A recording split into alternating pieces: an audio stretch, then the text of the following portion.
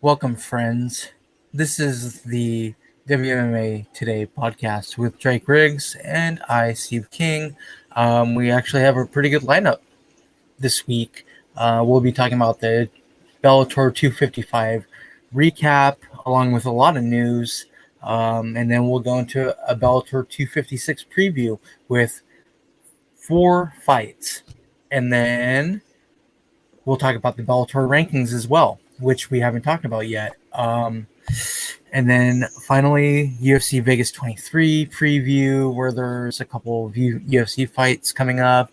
And then anything else you guys want to talk about, put them in the comments, and we will get to them. So let's start off with the Bellator 255 recap, where Watanabe beat Alejandro Lara via split decision, a couple 28-29s, 29-28s in there from Watanabe. Hell of a fight. Great fight. Did you had a split decision too, right, Drake? You did Lara round number 1 or 2? Oh no, she won round one clearly, and then it was the final two that went to Kana, and apparently one judge thought that she did enough in round two, but it was the rounds were pretty clear in this fight. I think where the latter two, obviously Kana, hung tough, gas tank held up, how she fights works better going into later rounds in this matchup, and we saw that. And she went in there, got the second Bellator win. It was a pretty clear victory. As I said, I saw literally nobody like on Twitter saying that Lara should have won, despite one judge giving her that. She looked very good though in defeat, especially in the first round with her striking. And as much of a Kana supporter as I am, I do love Kana Watanabe, and I thought that the odds should have been flipped in this one, all that stuff. I don't know. I feel like people might have been a little bit more impressed with her than I was. Like, that first round was rough, man, and it was kind of, upset. She took damage. Yeah. In the first round. Yeah. So, but I mean, she survived it too, so you can look at it that way, where she was able to get through a continually improving Lara, who we knew who was the better striker going in, so it was a really fun fight. Great way to kick off the return show, the main card, that is, and just a really good card overall. I thought it was very fun. But man, Kana looking good. It's that judo is a serious equalizer, man. She gets a hold of you. We knew that Lara wouldn't be able to avoid it the entire fight. See how she was able to handle it, and she did good in early on, was able to defend a bit, but just it's overwhelming, right? Over time. It was just too much. It was that's kind of what we talked about last week while we were previewing this card, and many others who were watching, in the comments, and we see you guys. What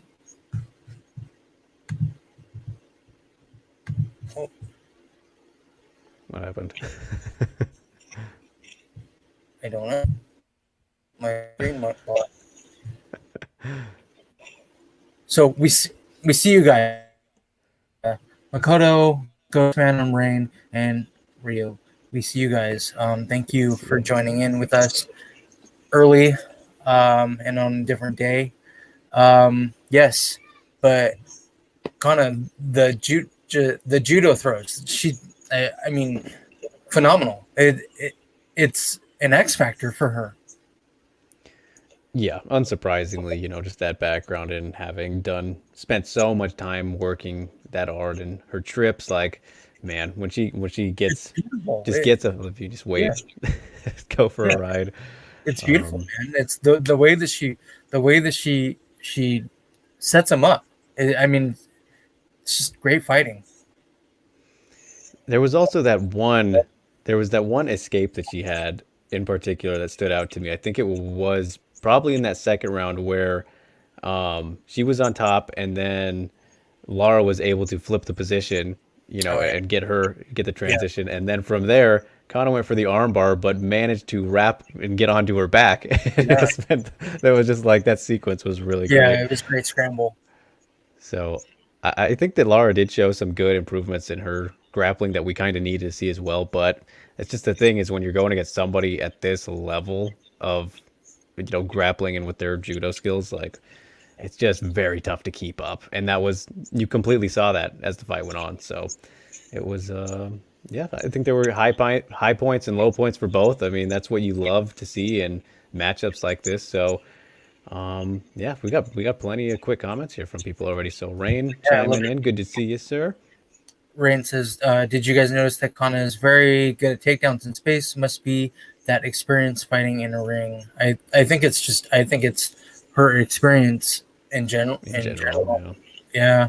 But yes, I definitely did notice that. She had a hell of a great 2 rounds there. You would assume that she wants that first round back. yeah, definitely. And I mean, Uh, that she, was she took first damage round. that round. Yeah, for her first round back in over a year, and so Yeah, maybe a little bit of just getting comfortable again, sort of. But I don't know. It's interesting you point this out, Rain, because I kind of lean more towards what Steve's saying about how just in general that's just what she has. Because I know why you're bringing this up, because of her Ryzen experience, but people don't realize that she actually has had more experience in the Deep Jewels cage. yeah, So it's actually, uh, she hasn't been in a ring more than a cage, and she prefers the cage in general. That's what she told me when I talked to her. I think it was a couple months ago, but yeah, she's just I very think most, talented at what I she think does. most MMA fighters would rather be in a cage than the ring. Yeah, yeah, probably. Just kind of really depends on the style. Like for her style in particular, and For her with style, most grapplers, yeah, the yeah, cage is helpful. the cage just works so much better for her. Yeah, and in terms of size, I generally would say I would feel like the ring is maybe bigger than let's say a UFC octagon, UFC, but yeah, Bellator cages are pretty fucking big, yeah, dude. Like you see them in very person, they are massive. huge. They're huge. Yeah, like when you're sitting down at press level, it's a big ass fucking cage. It's huge and tall, very tall. Like Yeah.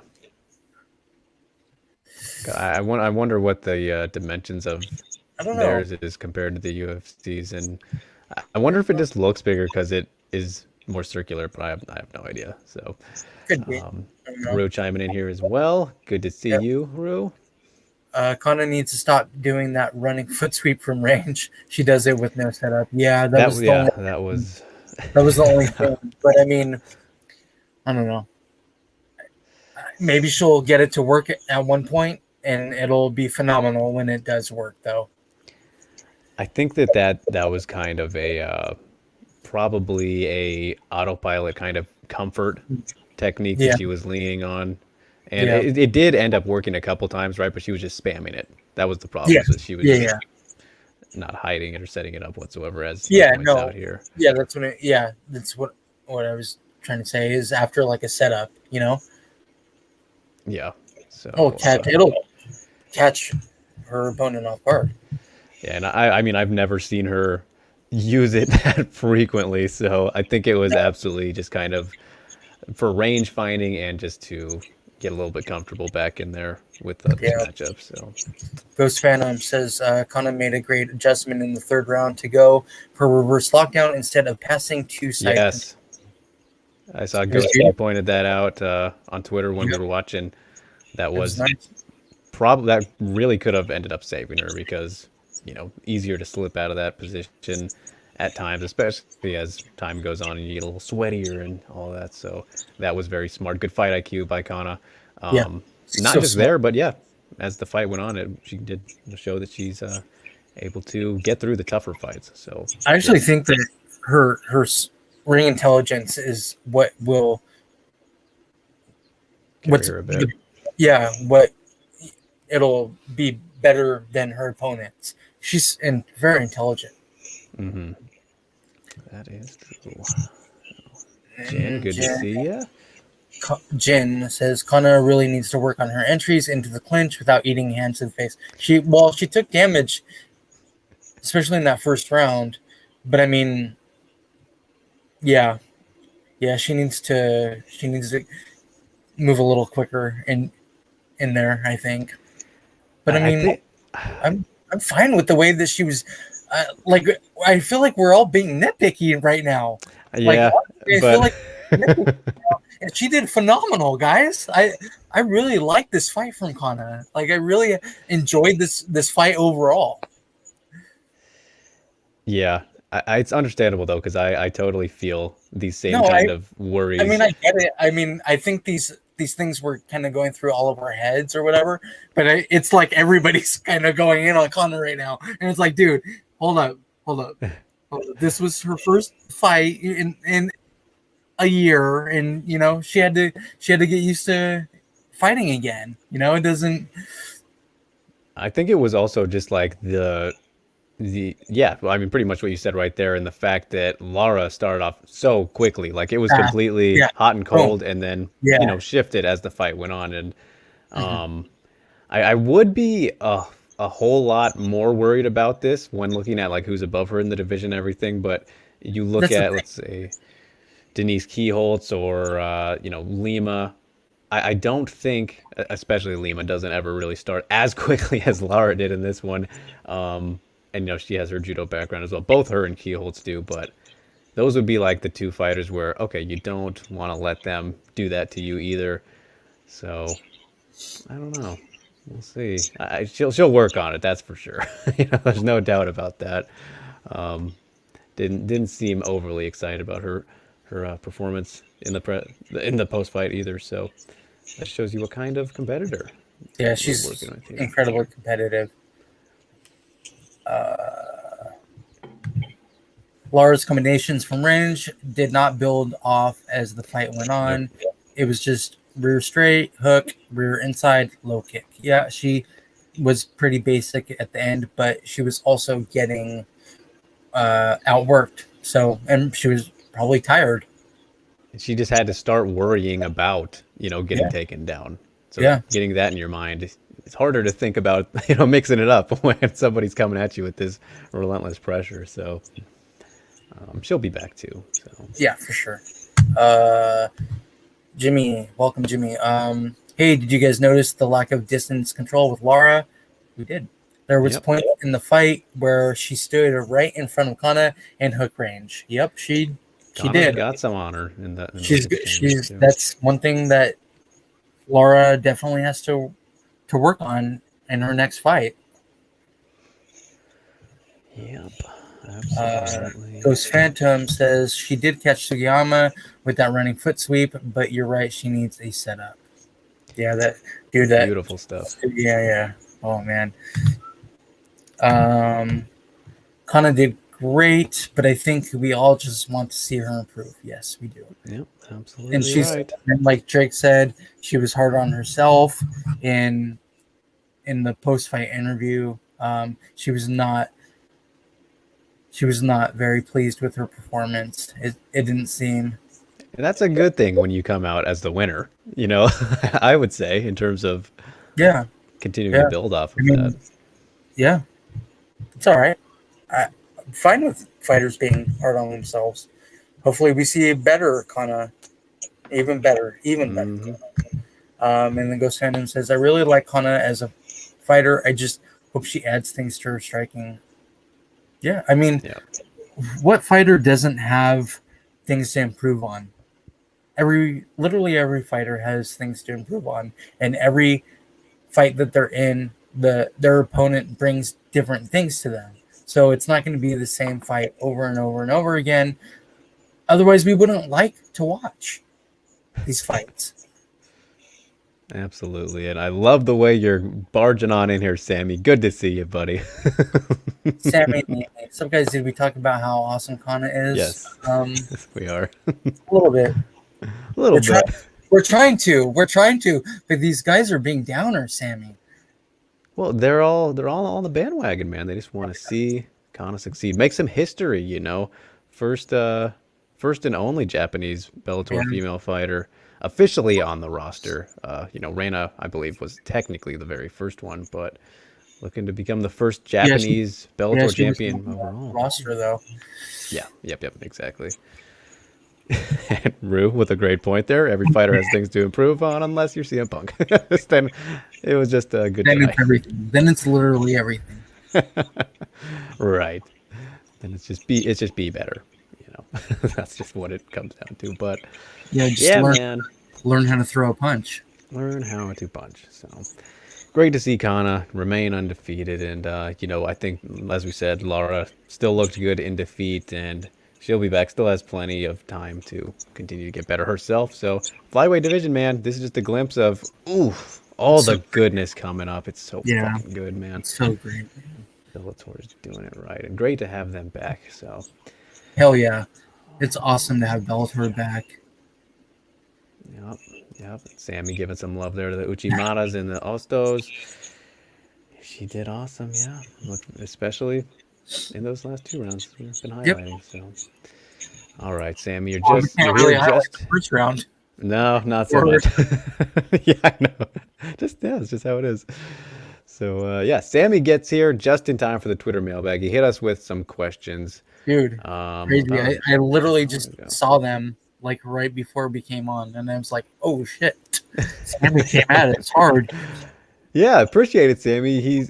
We were his first tweets. His first and only tweets were to us. So he's never tweeted before until now. He made his account in February, but he's got no activity aside giving us some love. So awesome to see.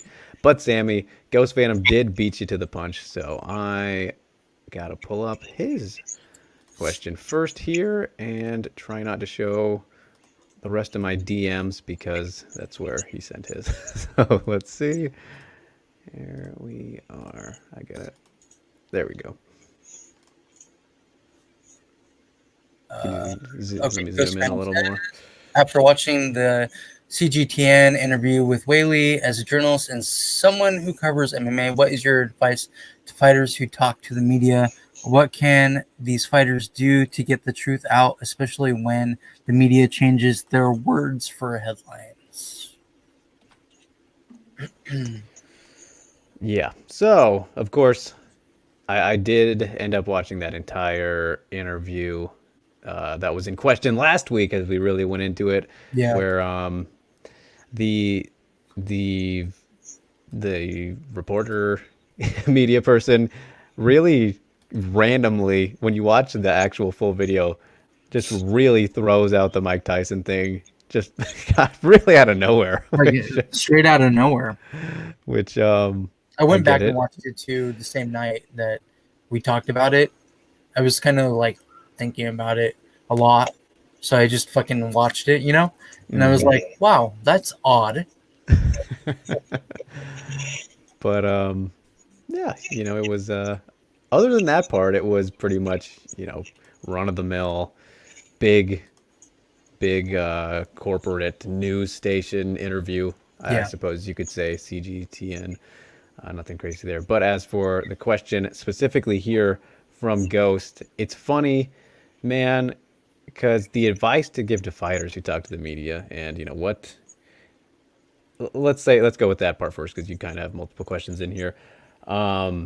It's funny because this is something that I probably should not want, but it doesn't really matter to me because I'm not usually in the situation as this guy, for example, who's throwing out these kind of questions, right? But my advice would probably be kind of challenge the reporters or whoever you're talking to on the spot, like right after that. If it you think it's kind of weird at the moment, challenge him on it, and then that in turn will either ruin the interview for them and what they want it to look like, or you'll end up being able to justify, not ruin, I shouldn't say ruin, but it will make it a whole lot harder to, I don't know, present it how they want to and use it as clickbait or whatever. But then at the same point, at the same notion there, then they can use that part of you challenging them as clickbait too. So I don't know. That's a very, very tough question, Ghost. But for me, I feel like it's maybe don't give them what they want. Maybe that's the best thing. Just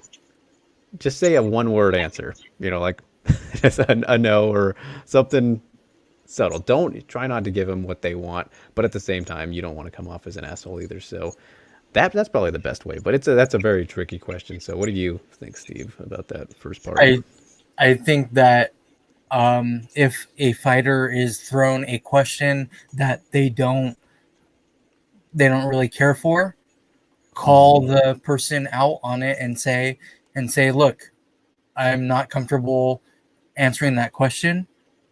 Let's move on.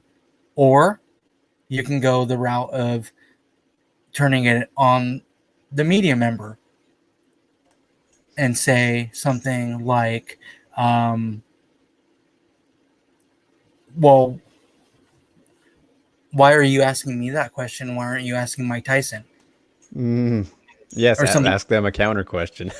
Yeah, ask them a counter question. Turn it around. For me, I would never be that person, and you either, Drake. Exactly. Yeah. So I don't know, like, why. I don't know why they would do it other than for clickbait, which we've already talked about last week. But I think that she was just caught off guard. It seemed she was just caught off guard. Well, anybody who didn't go into that interview having known that was in there already was probably caught off guard. Like, oh, okay, I guess that happened, and it's just funny. It's just a funny thing as we really went into last week. Not funny, but you know what I mean. So yeah, it's tricky. It's tricky. Yeah, it's weird. It was weird, man. That person just made it really weird for Whaley, I think. Yeah, she probably sniffed it out. But in terms of what can they do to get the truth out, call them on their bullshit. Yeah, it circles back to just not giving them what they want, so that then there's nothing to spin. Like when a question is that blatantly instigative, I don't know what the proper word is. I probably should, but prodding. If you can recognize that, then just don't give them what they want. I think that's the best way to boil it down for both of these situations. And we saw Demetrius Johnson just, what was that, last night? Yeah, at the virtual media conference. I was on that, and somebody gave him. I mean, there were plenty of interesting questions. Let's put it that way. But there was one where he just said flat out no. Like it was about Henry Cejudo trilogy, and like just says no, like flat out something like that. There's nothing they can use that for unless he's not there to talk about that. I guess no. Yeah. He wanted to talk about his fight tomorrow, not against Henry Cejudo. Yep, exactly. So, and he has the freedom to say no.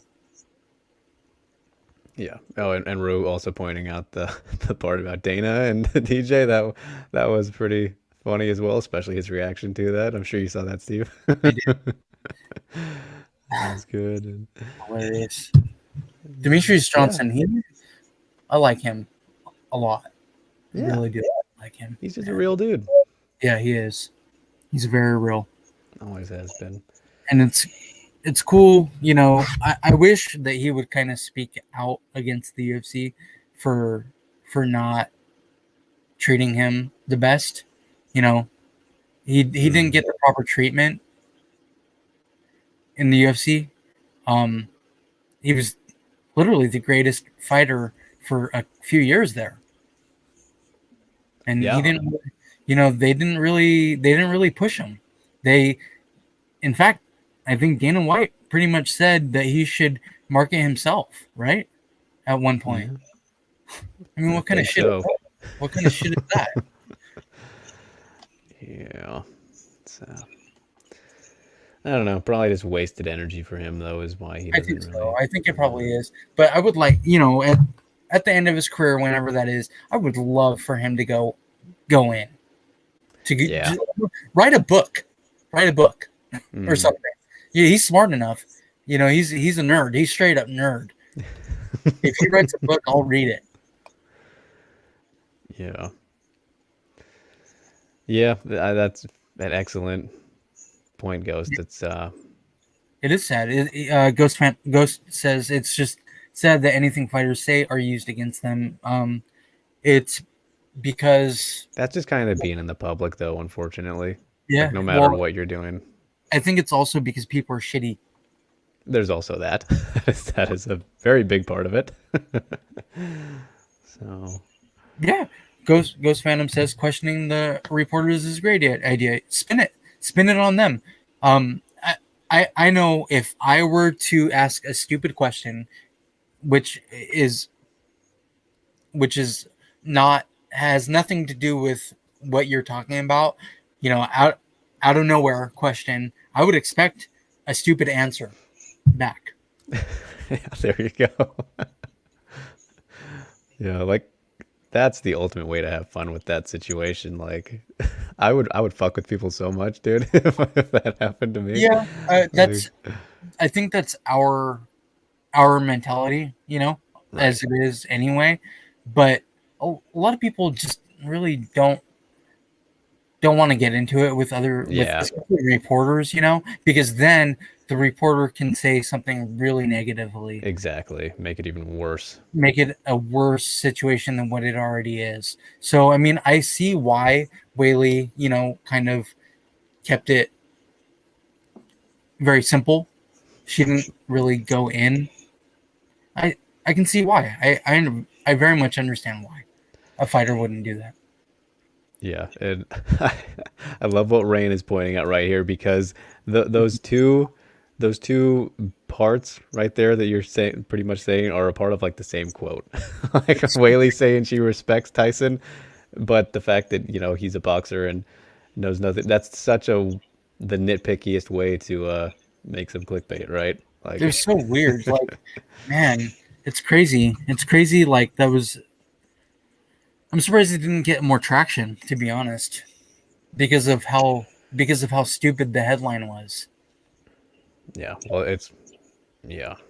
I mean, But again, that we're that'd not. be more attention for it too, so it's kind of good that that didn't happen.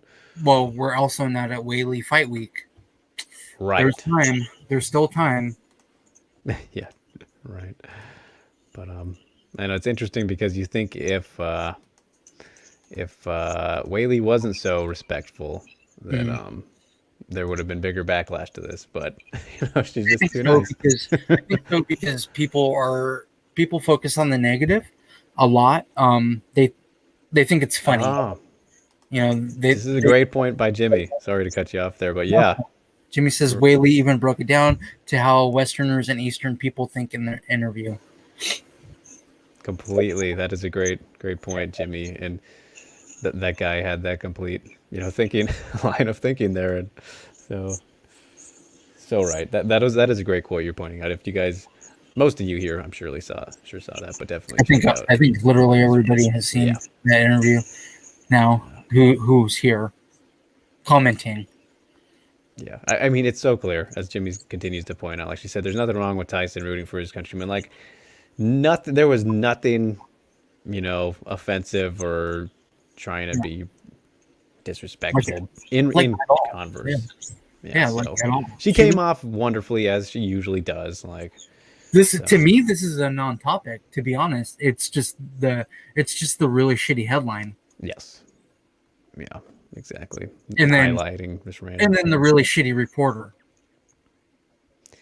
Yeah, that guy was a little robotic. On top of things. Yeah, That was he was very crap. weirdly done too. Before we He was move on crap. here, Yeah, he was just garbage. but I mean like doing him speaking English, which I'm assuming, that he also knows Chinese, their Mandarin, Mandarin. Yeah, I don't know. just all around a total, you know, big news website type Do of you guys know? interview. Tell us in the comments. That person, I'm not familiar with that person at all, so Yeah. I don't know. I don't know. Does he know Chinese, Mandarin, anything other than English? Don't know, but what do we got here? Makoto. Makoto says, all I saw from the interview was Whaley was talking about her training routine and how she wanted to inspire people. Well, it's good that you saw that part. Like it's good that that found its way to you instead of the other Yeah. stuff. So, Yeah. all right, Unfortunately, well, there was more. yeah, and yeah, Ghost, I see you saying thanks to us for addressing that, but thank you for bringing it to us, man. Not just today, but last week. I literally wouldn't have seen that without Ghost sending it to us last week. Yeah, he's on top of it. That guy knows what's going on. Makoto here saying he speaks Mandarin and follows CGTN. Yeah, he doesn't really follow. Well, hey, Makoto, this is on the spot here, but if you have Twitter or something, find a way to DM me and we can talk about something. I got a proposition for you. If you speak Mandarin, I would love to hit me up. Maybe I need a translator. So please, if you're interested, get in my DMs, sir. Appreciate you. All right. Anyways, before instead of going into business for myself here, as they say, let's move on to Sammy's questions, which are also some good ones. Sammy bringing the heat today, as I'm sure you saw, Steve. So here we are. All right. So Sammy asked a trio of questions, I think, or tweets. I don't know how many questions are in there. Yeah, 2 questions. There's one after this. Okay. So the first one, in your opinion, how important is it to build prospects, i.e., Barber, Maverick, Henson, slowly? I know the UFC doesn't care. They are going to push who they want to push. Let's start with that. Okay, just sending out my email for everybody in the world to see, but I don't care. Yes. How important is it to build prospects slowly? Incredibly, Sammy. This is something we've kind of been talking about recently as the people that you mentioned here. Barber. Well, I mean, Barber's the only one that has faltered out of these two recently, but it's very, very important and become a lost art. And, it's really sad to see when you That's think kind of about. why Invicta is so great. Yes, and I love that you mentioned that because that is exactly. Shannon and I talked about this exact thing. How she believes also that people are getting brought up too soon. Like, snatching up the fighters that, she had. Not that she's bitter or anything like that. Is not at all how she came off. But, like, just when you're talking about that kind of thing and from her perspective and how she sees it, one of the best builders of. We've talked about this before too, Drake, where we Yeah. thought the UFC was taking Invicta fighters a little bit too quick. Yeah. Yeah, very true. Because there was that point where it seemed like everybody was just, like, okay, well, are you sure they're ready for it? And like, even pointing out Kay Hansen here, who he mentions, like, I'm still not totally sure. Even after she finally got there, there's some people, because it's funny, this trio that he mentioned specifically. Barber, I don't necessarily think it was too soon for her in the UFC to be in the UFC. It was too soon to push her as far up the ladder as they did.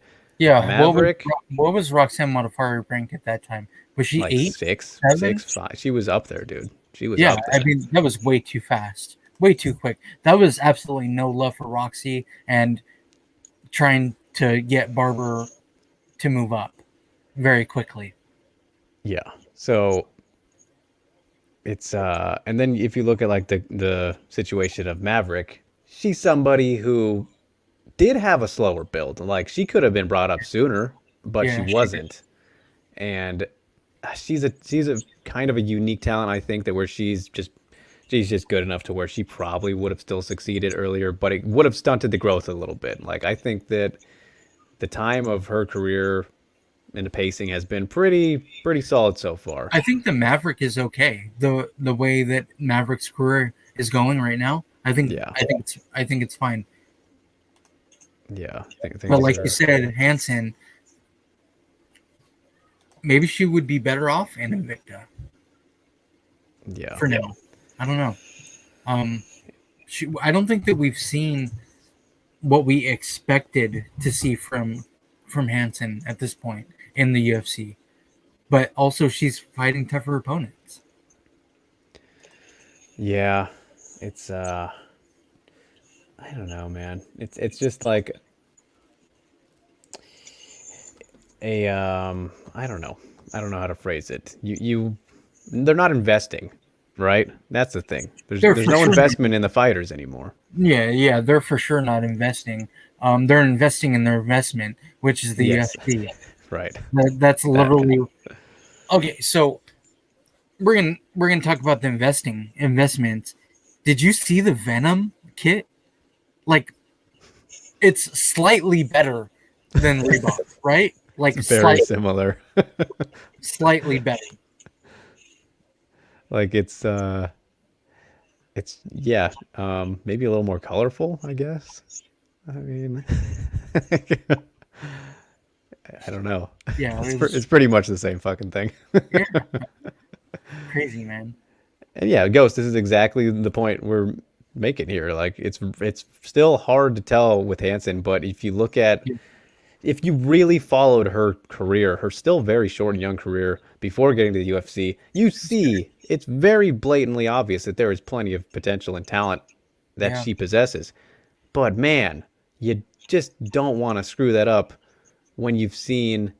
It's not like she was one of those fighters who had a flawless, you know, prior path to the UFC, which Maverick didn't either, but hers was a lot smoother.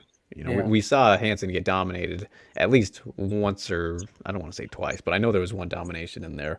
And I know it was probably a short notice fight. I'm blanking on exactly what it is. I don't have a record up, but you just see with certain fighters that they progress quicker. And Hansen, who's still very, very young, what she just turned 21 or something crazy, 22-ish. I don't know, in that range. So there's just some people you can't do it with everybody. You got to take it fighter by fighter. I think that's really the main thing. And the UFC just kind of like, oh, they're young.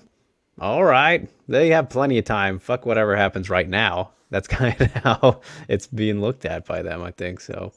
yeah, Rue is not a fan of Cheyenne yeah. Base. That's what I'm laughing at. Rue says the one that has almost no potential is Cheyenne Bays.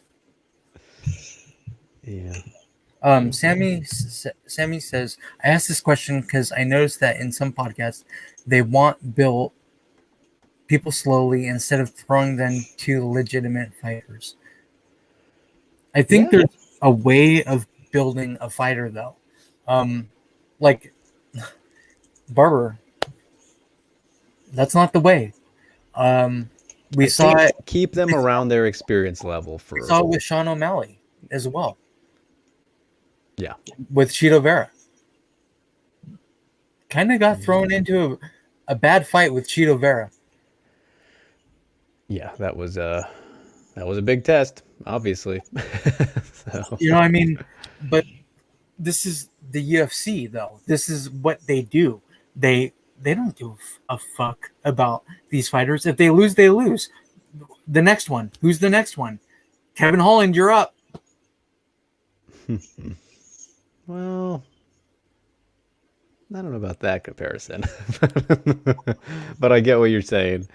I definitely do. And the funny thing is, though, this circles into, I think, Sammy's kind of second part here, where he says, also, shouldn't these fighters know to look to gain experience in other promotions before going into the UFC if they know the UFC is going to give them killers like Bays, who he also points out, coming to the UFC with only 5 fights under her seems like an unintelligent way of doing things. So here's the thing about that, Sammy, is... No. Yeah, I think that you are right. They definitely should look to gain the experience, build up. But the problem is, it's not them necessarily. It's them getting the offer. Yeah. You can't say no You don't in say this no. sport No. that doesn't provide, jack shit for the most part. Yeah. Even in on the highest platform. You don't say no to the UFC. Bottom line, nobody is saying no to the UFC. Especially unless you can. Unless if you're But that's none of these up and comers. Unless if you're Fedor Emelianenko, then you can say no. But if you're Cheyenne Bias, you're not saying no. That's just the way it is. You're not going to say no to a UFC fight, whether it's against Valentina Shevchenko or Shannon Dobson? Yeah. Yep. So that's it goes both ways. It's takes two to tango in that kind of aspect of things. But then there are those fighters who are incredibly serious and driven, determined in themselves, I think kind of that are willing to wait. And it's kind of rare. And as Makoto points out, Weili did that, earlier on in her career, before getting to the UFC to further gain experience. And there's some other examples that I can't quite think of right now, but it has happened before. People have wanted Yeah, to wait, it just doesn't and happen. it generally turns out good too. So, Yeah, if they wait, it funny, does, but it funny doesn't how that happen works. as often as it should happen. Right, definitely not. So But also that's the management. very Management true. should be kind of steering their fighter the right direction, rather than saying, "Yes, this is the biggest opportunity of your life. If you turn this down, you'll never get to the UFC again. Take this money right now. Take this fight right now." Yep, yep. Very true. And Makoto, I think that, this, what you're saying here highlights kind of goes back to Jimmy pointing out the East versus West kind of culture thing, I want to get an too. Weibo. What's that? I want to You get want a to get a Weibo. Weibo? Do it, dude. Whaley said in her Weibo that she wasn't ready in 2016, and she wanted to be ready when she gets in the UFC. She's smart though, dude. But Whaley's that's just the confidence, too, an that intelligent person. Yeah. She's so smart. Yeah. A lot of fighters aren't smart. You're telling me people who get punched in the head for a living, Steve, are not always smart? Crazy. Yeah, But anyway, Sammy does have Ghost another Phantom one. is mind blown right now. He didn't know that Uh-oh. that Whaley turned down the UFC. The more you know, buddy. The more you know. The third question from Sammy: what is the purpose of having a media scrum with the on-air media crew like John Anik, DC, Megan O'Leary?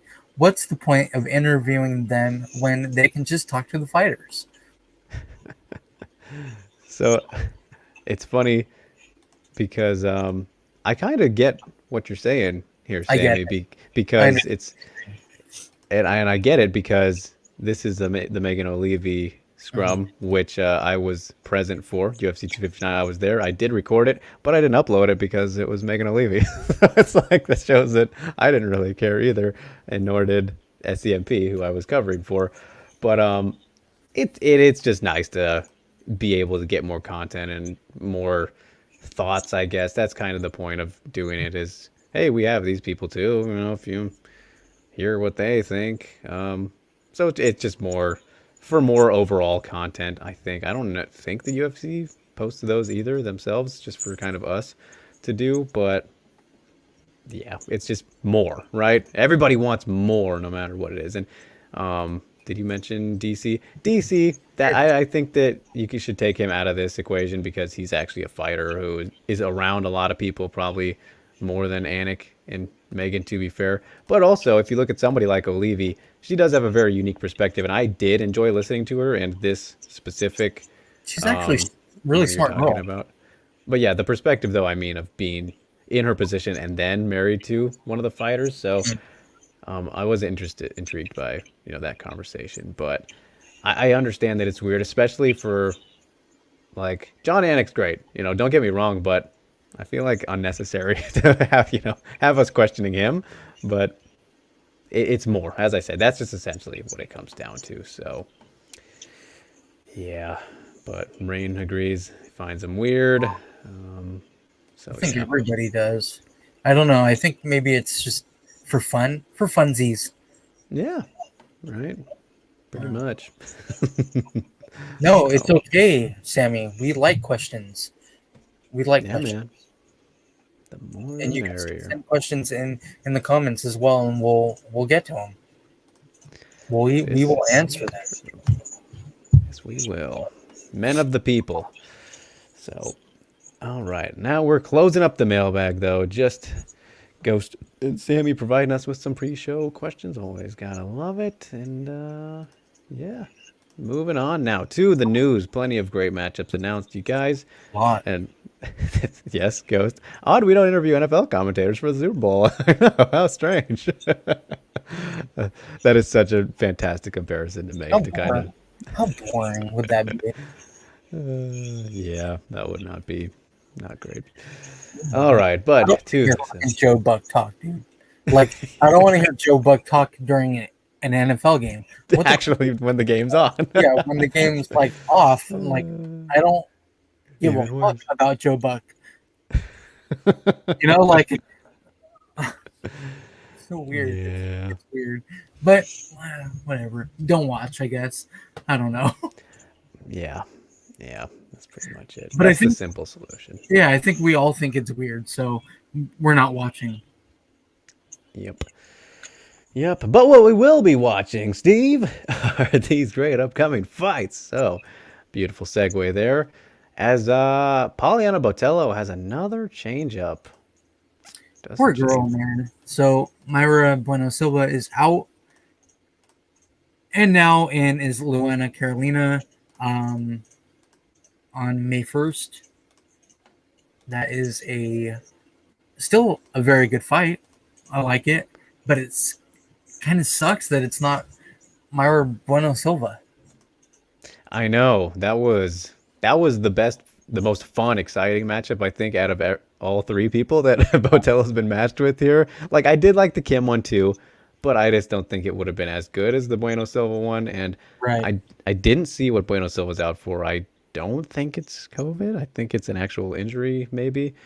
And then Carolina, I think that, yeah, this is a good one too. They're all actually pretty good, you know, as we're saying, but yeah, not bad at all. Carolina coming back since first time since Lipsky tore her leg in half, right? So yeah, yeah, this is I mean, in these kind of situations where people just falling out left and right, you're taking whatever you can get. So I think so. I think that's mad at it. The situation with Botello is she's just like, fuck it, give me an opponent and I'm gonna fight him. Yeah, exactly. So this should be quite an interesting one. I still kind of favor her. She's been the one training. Got to lean towards her a little bit and preparing. So yeah, same. And this, oh yeah, birthday present for you, Steve. Still getting Polyana Botello in your life. Like it. I love like it. I love that for me. So will be good. Not mad at it. So I think the matchup, they got all similar traits to them, which is nice to see the UFC doing that kind of thing. They do, yeah. They're not all of a sudden just throwing a grappler in there. Yeah, make it really random. So yeah. That is nice. So it's nice of the UFC to not fuck Botello, I guess. All right. And then this one is, man, this is great news and kind of sad news for one of the fighters, I think. Well, just a whole lot going on with this one, man. Big stuff here. Yeah, so Hannah Goldie is out against Jessica Knay for UFC Vegas 24 on April 17th. And then comes in Lupita Godinez. Loopy, awesome. It's about fucking time. And I feel for Jessica.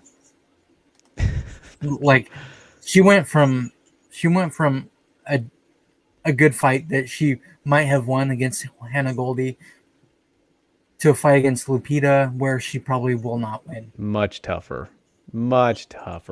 that's why this is very bittersweet for me, because Lupi Godinez, fucking awesome. This is great to see her. If you guys are unfamiliar with her, get ready, because she is a very, very good addition to the UFC, and one of those fighters where we knew it was a matter of time for her. I think that she might have been one of Steve's fighters to watch this year, or one that, you know, was not. We talked about her. There were so many options going into 2021, you guys. Yeah. But her and Montserrat, right? We got her in this. We got them in basically the same month. Yeah, a month apart. Amazing. Montserrat and Lupita, my two of my ones to watch, and here they are in the UFC. Yeah, Love very it. very great. See Loopy. It was only a matter of time, but man, yeah, it's a bummer because this is such a worse matchup for Jessica, man, and Yeah, I want I that's want tough. so badly for her to just get that win and come back successfully, which she very well still can. I'm I mean, she like, can. Yeah, it's yeah. just a lot tougher matchup. It's it's a worse matchup for her. Yeah. I probably would have taken her against Hannah Goldie, I think, but I'm not gonna take her against Lupita. I'm Well, you did. You did. We both made our predictions when it was supposed to happen, and we both had Jessica, didn't we? I know I did. Oh yeah, yeah, yeah. You're right. So, You're right. yeah, but does it, Jen? I don't know about that. A little bit, quite different, especially experience-wise. Jessica Penne is no Cheyenne Bays, or let's put that the Yeah, other way. Cheyenne but I Bays see is what no he's Jessica saying Penne. though. I do see what he's saying though.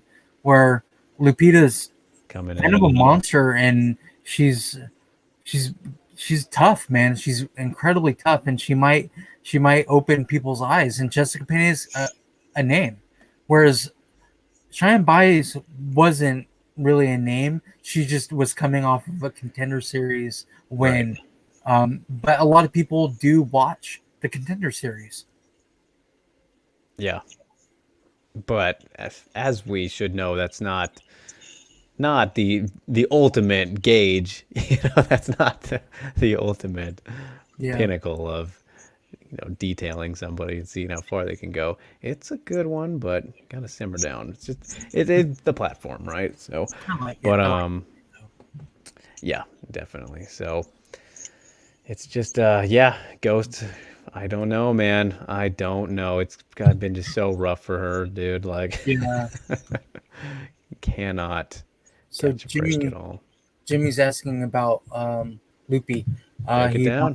wants to know about her.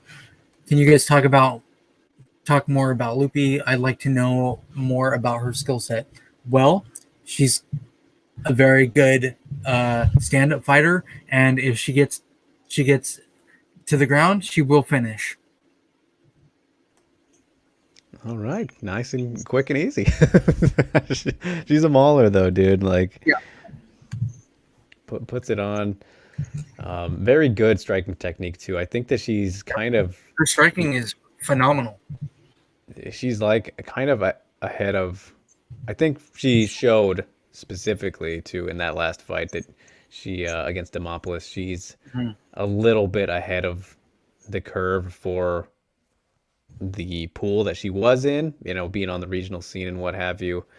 Um, So Right. that was really a coming out party for her. Like we knew that she was good before that, but it was like, all right, yeah, this girl will be in the UFC for sure. And Makoto, I see you right there. Not familiar with her? Yeah, check out the Demopoulos fight, her last one. That's one you should Yeah, check out. Not just I think for that was what I was think that? that was the best fight for I think that was the best fight for people to watch. That was a LFA 94. They headlined. That was the headlining fight. Uh, Yeah, Loopy ended up winning by decision. Um, was it a split she got decision? some 10-8s in there. Oh, I mean, She did. the She got 10 scorecard minutes. Yeah. was not good. The final scorecard was not good. It was a very dominant performance. Demopoulos showed very good toughness, and so did Loopy in the later rounds. But Yeah. she kicked Demopoulos' ass for really most of that fight. It was a brilliant performance. And when you assess it overall too. So Okay, so look, guys, she's only 5-0. She's 27 years old, 20, 26, 27, 28, somewhere around there, in age. Um, I we haven't seen the best from her, I don't think. But she's very good. She's a good fighter.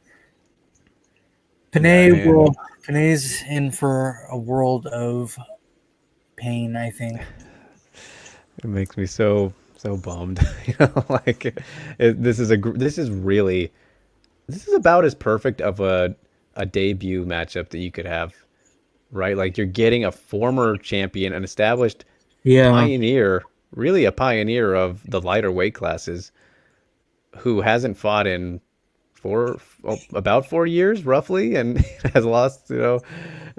It's it's all culminated to be great for her. But I it wonder. could be great for Penne if Yeah, she could beat somebody like Loopy, who's the hottest of hot prospects. Like, yeah, man. I It's wonder if this is Panay just saying fuck it. I just want to fight. 100,000%, dude. I don't really care who it is. I just want to get in there and fight. It's tough one though. Absolutely. It's a tough one. But I Yeah. was hyped when I saw that she was in for this fight. I was hyped, dude. Oh, I know. It's just good to see her be thrown into this phenomenal strawweight division. It just gets better and better every day, it seems like. So, Yeah, yeah, can't be overly upset about it, but upset for Jessica just in general with what she's had to fucking go through in these last so many yeah. years. She's had it Like, tough, God, man. She's had it really tough. God, does not deserve, but that's the fight game, I guess. So, all right, moving on to the lone title fight that we got announced since last It's week, you a big one guys. because of the champion that's in it. Indeed. So, here we are. Yeah. So Chris Cyborg will be taking on Leslie Smith again at Bellator 259 on May 21st. I I really like how Bellator just put that in our face without any kind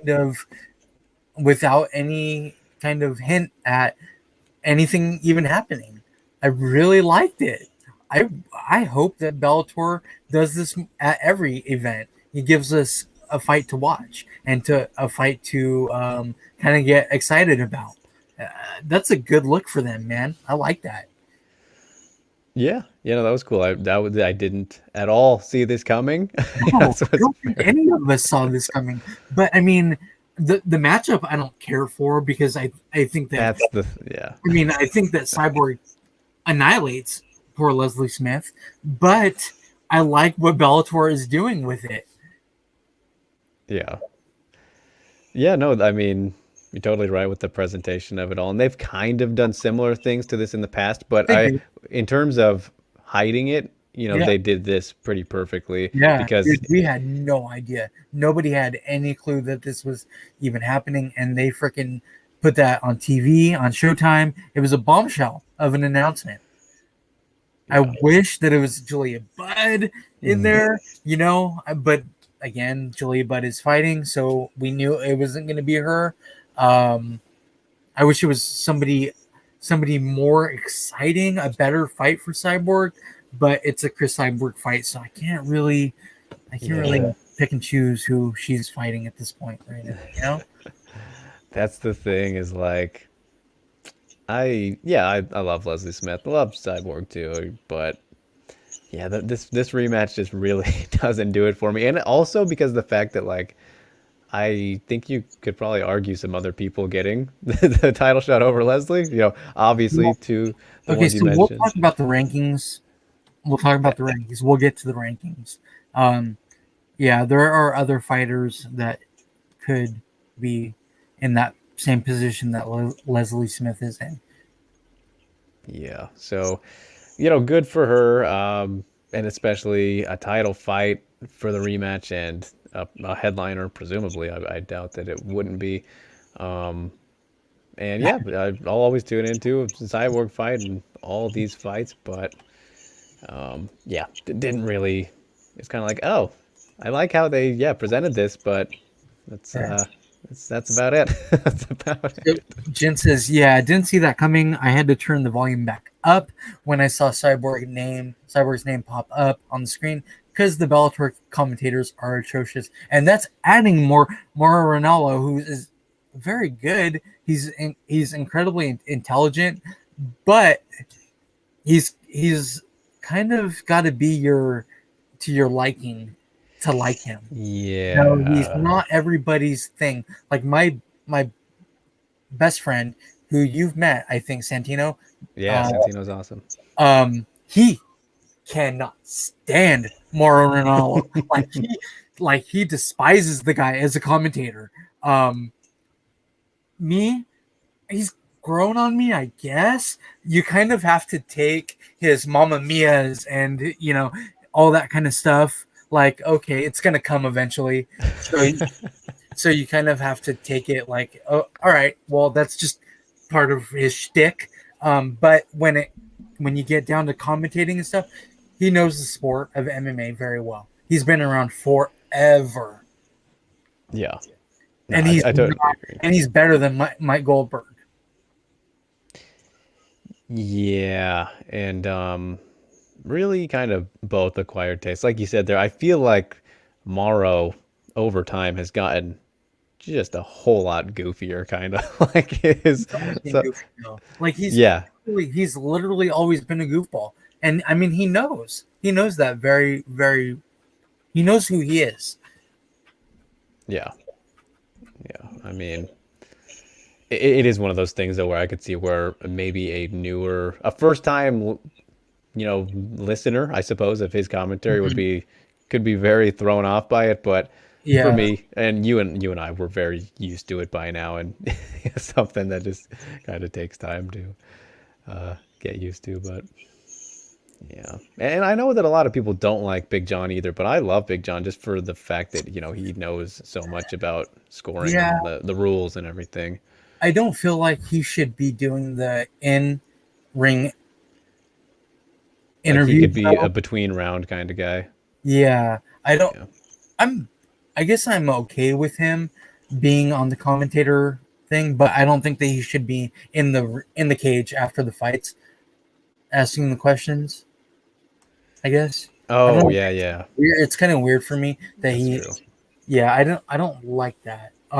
But what do you guys think about Mike Goldberg leaving? Or I don't know even what happened with that. Did he get dismissed? Did he leave on his own? It Do we sounds know? like he very well could do shows again. I don't know, but Do we know? it sounds like he also is not well won't be doing anything anytime soon. I guess let's put it that way. Are you So guys gonna miss him?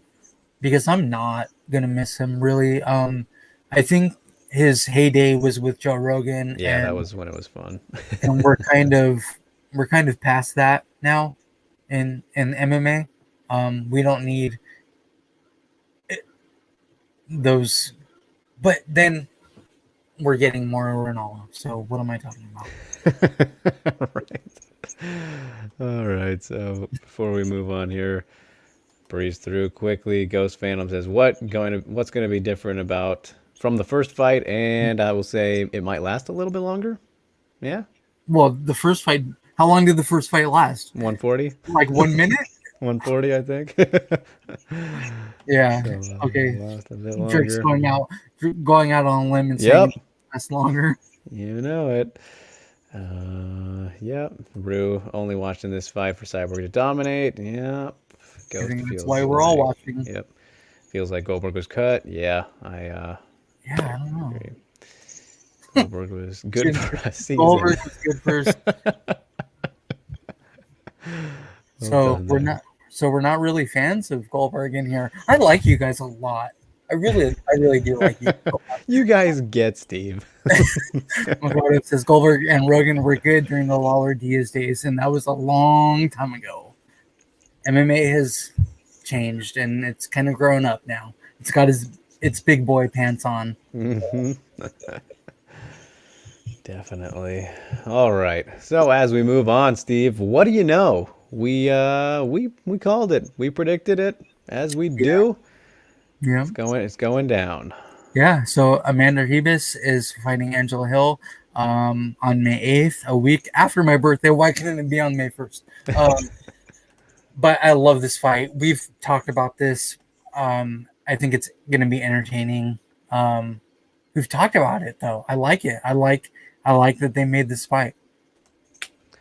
Yeah, this is, as we touched on, I think we mentioned it after Angela's last win that she had, a couple weeks ago. This is probably the best, kind of rebound.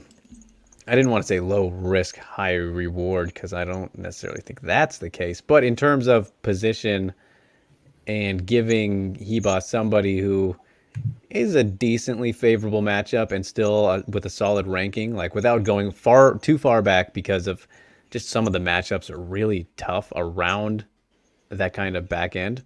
Just because strawweight is so goddamn good that somebody like Angie is probably like the one. If you still want to give her a name without making it seem like you're giving her a layup, but a very, Sarah, winnable matchup. So yeah, I'm fine with this, and I think should be it's gonna be fun. good. Yeah. Should be very fun and a good test for both of them, and really their areas arguably of weakness. Striking. Because Hebes is not a bad striker whatsoever. She got just knocked out by the far superior striker, and in this matchup, Angie is also going to be probably the better striker, but I don't think it's not as big of a gap as Marina to Amanda. No. But on the ground, Hebes is much better than Angela Hill. That's just how it is. So Yeah. we'll see. We'll see if she gets really grappling heavy in this one. Hebes does, trying to rebound. And then as for Angie, she'll want to avoid that and do what she does. Just lean on the movement, be very active with the Yeah. strikes, and look to pour it on. But I don't know. It's going to be What? interesting. Ghost Phantom. What do you say? First time rooting for Hebes against Angela Hill. The first time you're not an Angela Hill fan at all, or what? I love This it. is more about your hate for Angela Hill than it is for Hebes. Maybe it is.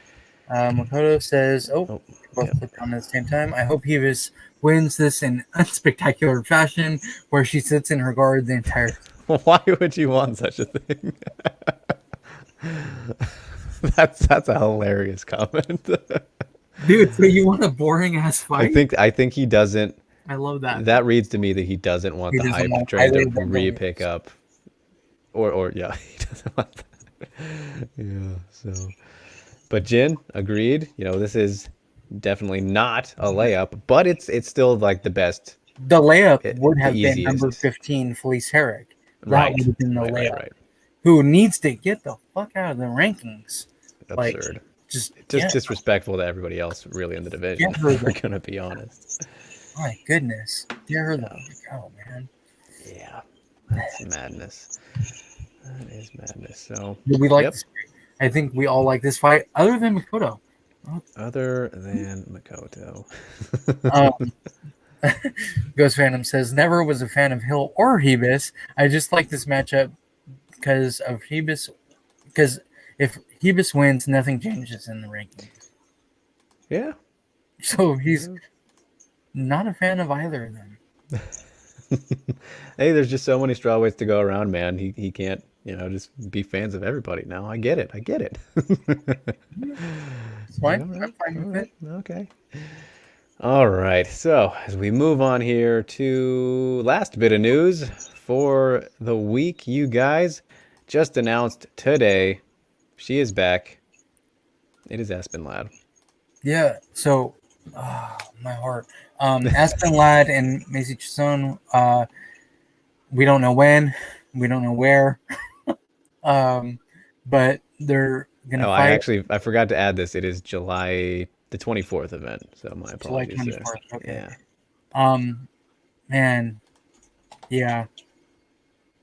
I'd rather just not pick a winner in this fight because my heart's gonna lose either way. Yeah, Jen, I see you right there. She's back now, unless something has changed in a matter of hours. I don't know what she could be referring to. She was out with the torn ACL for a while, but she's Yeah. all recovered now. Yeah. Um, She tweeted, I think, that she was in the mountains. She yep. has fight announcement, and she was in the mountains hiking, which she always does with her dogs. Yeah, can't go wrong. But man, were you surprised to see that, Macy's getting this is a big fight for her? It's a big fight. I like it. I like it for Macy for the big fight. that it will be for her. Aspen Ladd is ranked number 3 or something 3, and Macy's number 9. Um, yeah, I like this fight, but It's very similar, I think, to Lad versus GDR, where you're taking on very powerful striker who, yeah, if you get him down, probably yeah, be able to beat him. But if you don't, you're probably fucked. Like that's what this reminds me of. So I guess I'm not mad at it. I would have liked Lad versus maybe like Aldana or something, and I'm still not sure, what's going on with Aldana. I've, been saying I considered hitting her up to see what's going on with her lately, but I don't know. So yeah, big opportunity for Macy. Can't be mad at that. Bantamweight continuing to kind of get some blood pumping atop the ranks and whatnot, but it's good to have Aspen Ladd back. There's no doubt about that. See how she looks after, a severe injury, and yeah, well, we still have a ways to go, yeah. time wise. So, This is July, so July can't get 24th. can't get too excited about it just yet. That is a ways away. So I hope it holds up. I mean, not for my heart, I guess, though. yeah, like I wouldn't be mad if it fell apart. Yeah, I mean, I I would be for Macy. I Hmm. would be mad for Right. Macy. And then Aspen, she needs to get back in there. So it sucks for them if it were to fall off, it would suck. Yeah, definitely would, especially since Macy was just having the issues of getting the Renault fight to finally happen. So Yeah, yeah, yep, yep. Jin chiming in about the last one. Wants Hill to win, so the hype train is derailed. Yeah, I mean it's kind of it's very much so falling off the tracks, buddy. But I hear you. yeah. She's If she loses this one, that all hurts of a a lot, sudden she's obviously. not as cute as she was, and now she is a man too. Like, dude, her career is fucked at this point. She's, she's losing. She's losing fans all over the place every day now. That might have been the most sarcastic I've ever seen Steve in our friendship. That was incredible. But all right. That is the news. You guys ran through it. There was a lot there. And now we get to probably the part of the show that I'm not very excited for because it's always annoying, but I don't know. I don't know. We'll get into it. It's something new. So before we do the previews, you guys, of course, we have Bellator 256 on Friday, and then the day after UFC Vegas 23. We're gonna check out and examine these new Bellator rankings a little bit right now. Ooh, So since rankings, we didn't get to do it last week, so rankings talk. I like it. I like rankings good talk. old rankings talk the really the core and foundation of our podcasts. If you've been a day one listener since 2018 Dude, ish. it's been we've ranted about it so often for UFC. Are we gonna Oh do yeah. it for the Bellator rankings now? Let's find out. I have some complaints. I All do right. have some complaints. So we're starting with the women's featherweights. As you can see on the screen there, Chris Cyborg, of course, is champion. Number 1 is Julia Budd, who Chris Cyborg beat. Number 2 is Arlene Blanco, who Chris Cyborg beat. Number 3 is Kat Zingano. Number 4 is Leslie Smith, who Chris Cyborg will be fighting. And Has beat. she has beat already. Uh, Number 5 is Sinead Kavanaugh. Number 6 is Janae Harding. 7, Leah McCourt. 8, Amanda Bell, which is weird at 7 and 7. Number 9 is Olga Rubin. And then number 10 is Drake's favorite, Jesse. Yep. So I think this is actually my first time kind of really looking at the featherweight rankings. I looked more at the flyweight ones, but these aren't terrible. Top three. I guess I should say the top two, because Julia and Blanco very clearly the top two contenders. They should be, or just the top two right there should be there. Um, Cat being that high, I don't really like that. Right. She's 1-1 at featherweight, and her only win Hmm. is against Gabby Holloway. So that one feels a little bit weird to me. Leslie Smith, But better than Leslie Smith, right? no, No? You put no, Leslie Smith over Kat Zingano? yeah, I would. But then I'd probably put Sinead Kavanaugh over both of them. Okay. And Um, what about Janae Harding? Would you put Janae Harding over both of them? Not Leslie. I think Cat should be kind of towards the back a little bit because of what I just said. I'm not sure exactly the exact order I would go with here, but feels a little weird. And then Leah McCourt is kind of. I like Leah McCourt, and she is on a good roll, but she hasn't fought anybody super notable yet. Like Mhm. that's kind of a hype position, and there's one of those in the flyweight division, which we'll get to, but then the rest of this, um, it's kind of take your pick. I should pull up my actual own personal rankings here if we're gonna look at this, but I don't know if I will. So I don't know. What do you think about the featherweight ones here, Steve? Um, like you, I'm fine with the top. Um, I think that Kavanaugh should be above Zingano and Smith. Um, I'm I'm fine with Zingano being above Smith. It's it's fine. I do think that Janae Harding should be above Leslie Smith and Kat Zingano, though. I think she should be around five, rather than, but above Zingano and Smith. Right. So just flip flop Kavanaugh and Harding with Zingano and Smith, Mm, and I would be fine with it. yeah. But I do think that they put Zingano and Smith on there because of their prior experience in fighting. That's literally Right. it. Right. And that's the thing is it's kind of funny because I was talking to Shaq, shout out to Shaquille Majori over at Fightful. I was talking to him on Mhm. Friday about this. He's on the panel of media members, and Ghost Phantom here asking about JHK. He is also a Yes. part of the rankings. And Shaq, it was interesting to me because he was pointing out how it's completely up to their interpretation, right?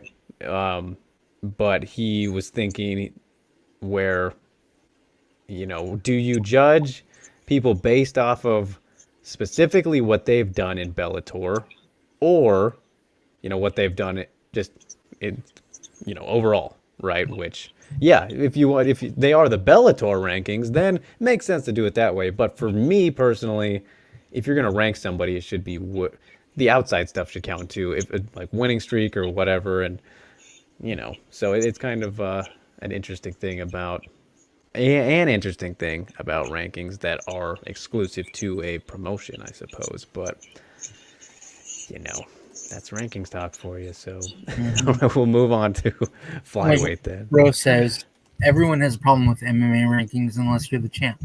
Yeah, Literally everybody yeah, has a problem with it, unless if you're the champion. very true. So So then you go down to the flyweights, and Juliana Velasquez, of course, is the champion. Number one is Elaine McFarlane, who Velasquez beat, the former champion. Number two is Liz Carmouche. Number three is Denise Kielholtz. Four is Kana Watanabe, who we just watched fight. Number five, Alejandra Lara. Um, Number six is Kate Jackson. Number seven is Vita Ortega. Number eight is Mandy Baum. And then number nine is everybody's girl, Valerie Loretta. And then number 10 is Bruna Allen. okay, so I was about to have a big old bitch fit when I first saw this because there's very clearly a big gaping hole and glaring omission here, which is Vanessa Porto. But then I was told, or people Twitter informed me that you have to have had a Bellator fight Fine. first. You have Uh-huh. had to fight for them. Right. Which, okay, fine. If that's the criteria, I get it. Stick to that then. She's going to be in there as soon as she Yes. fights. Yeah. So I mean, she has a fight, a very big fight against number 3 or number 2 Liz Carmouche. So she's going to be in there, depending on where she's placed. Is all depends on her fight against Liz Carmouche. Yeah. But she will be in there as soon as she fights. The following week, she'll be in those rankings. So I mean, it doesn't matter. That doesn't matter at this point. Right. So then, if we look at the rest of this, Velasquez, Alima, clearly. Carmouche, yep, that is fine. Keyholtz, yep, that is fine. Yeah, because she's on the tear, dude. Yep. Kana, fine. Laura, obviously. Yeah. Jackson, yeah, I guess that's whatever. I guess. But above Ortega, I probably would have put Ortega above Kate Jackson. After those, yeah, two. I mean, they're both kind of on rough skids at the moment, but yeah, the back end here is kind of whatever, except Brunel and Valerie Loretta. That's the problem for me. You know why, though? Yes, I do. I don't think anybody doesn't know. Jimmy's correcting you here, real quick. I don't think that anybody doesn't know why Valerie Loretta's in those rankings. Just like MVP at number 1, which is we won't get into that. Yes, everyone's a girl on social media, Jimmy. So yeah, I mean, that's just very silly. You know why? Why are you surprised? I know. Oh boy. I'm kind of surprised because Alex is bringing breaking news in here. All right, Alex. Macy versus Maverick just announced. When's it going down? Well, all right, there we have it. Geez. UFC tough one for Macy, isn't it?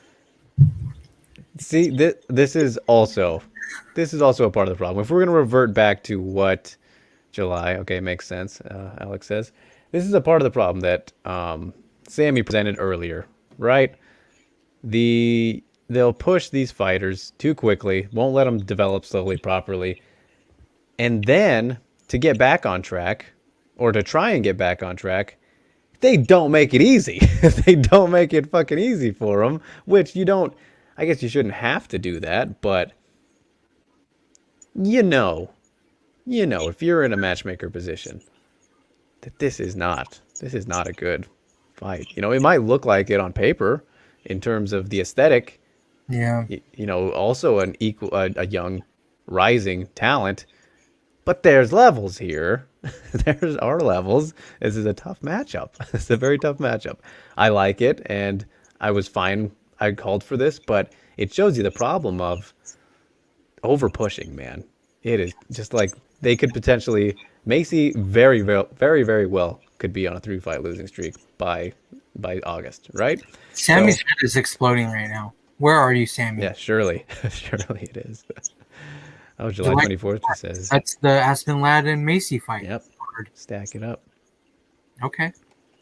I'm okay with it. I'm loving the Kana love in here, too, from our boys. I'm surprised people are so high on Loretta. Really? Are you really surprised? It's not about her fighting. Sammy, man, we are just talking about building up prospects. This is amazing. Listening. But, yeah, don't worry, Rue. I think it's just one of those things where they haven't learned yet. Kana's still getting out in front of this North American audience. So but give her another fight. She's ranked number 4. Well, yeah, but that doesn't mean that the Bellator audience knows about her just yet. They know a lot more now. And let me tell you guys something.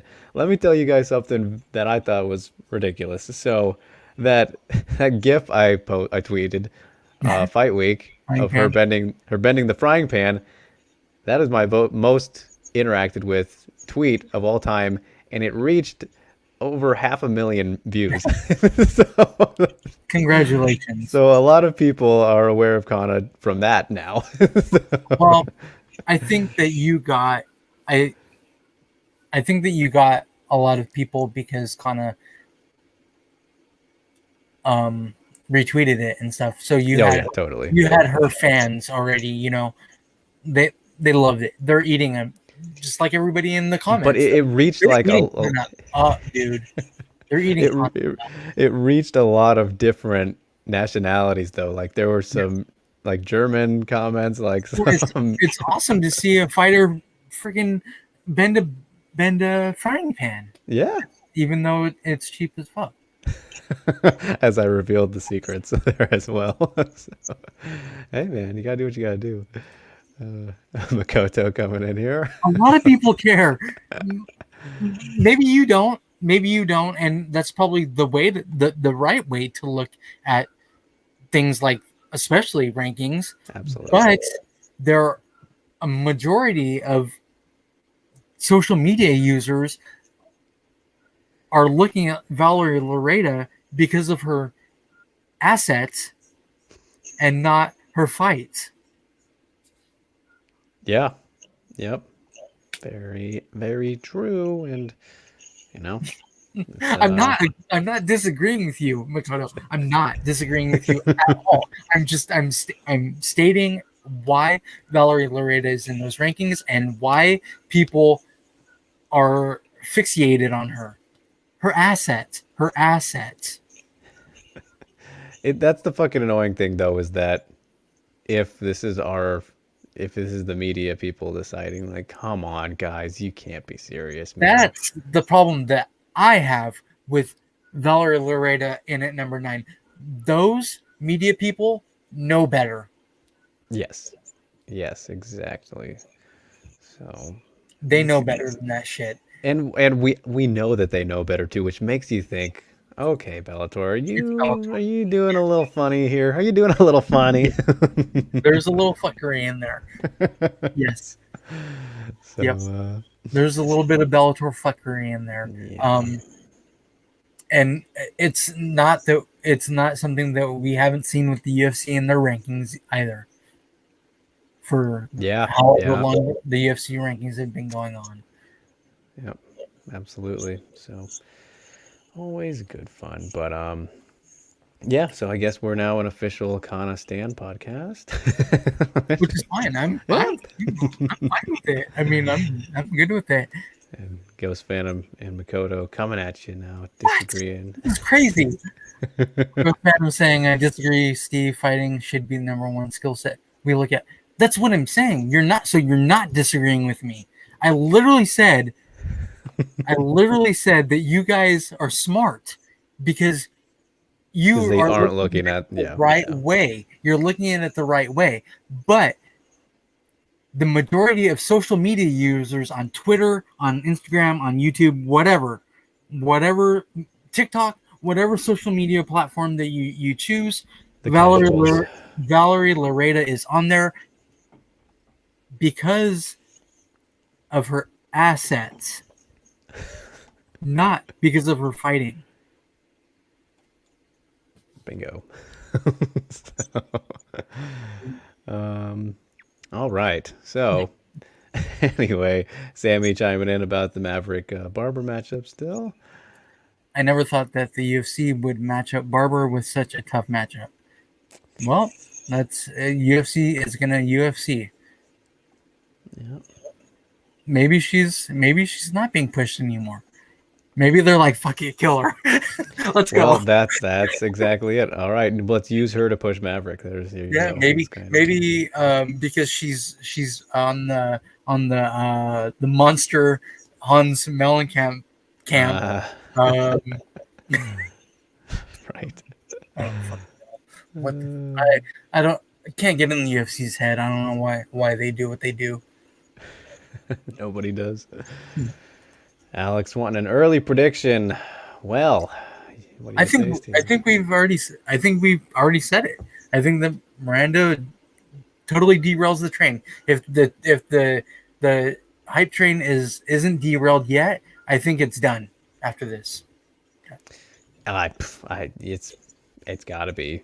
I think that it's pretty derailed right now, and yeah, another loss to Maverick, which I think that this is definitely a winnable fight for Macy. But again, it's just like we've seen Maverick be brought up and develop the right way. Yeah, Her progression has just been, it's literally what we were talking about earlier.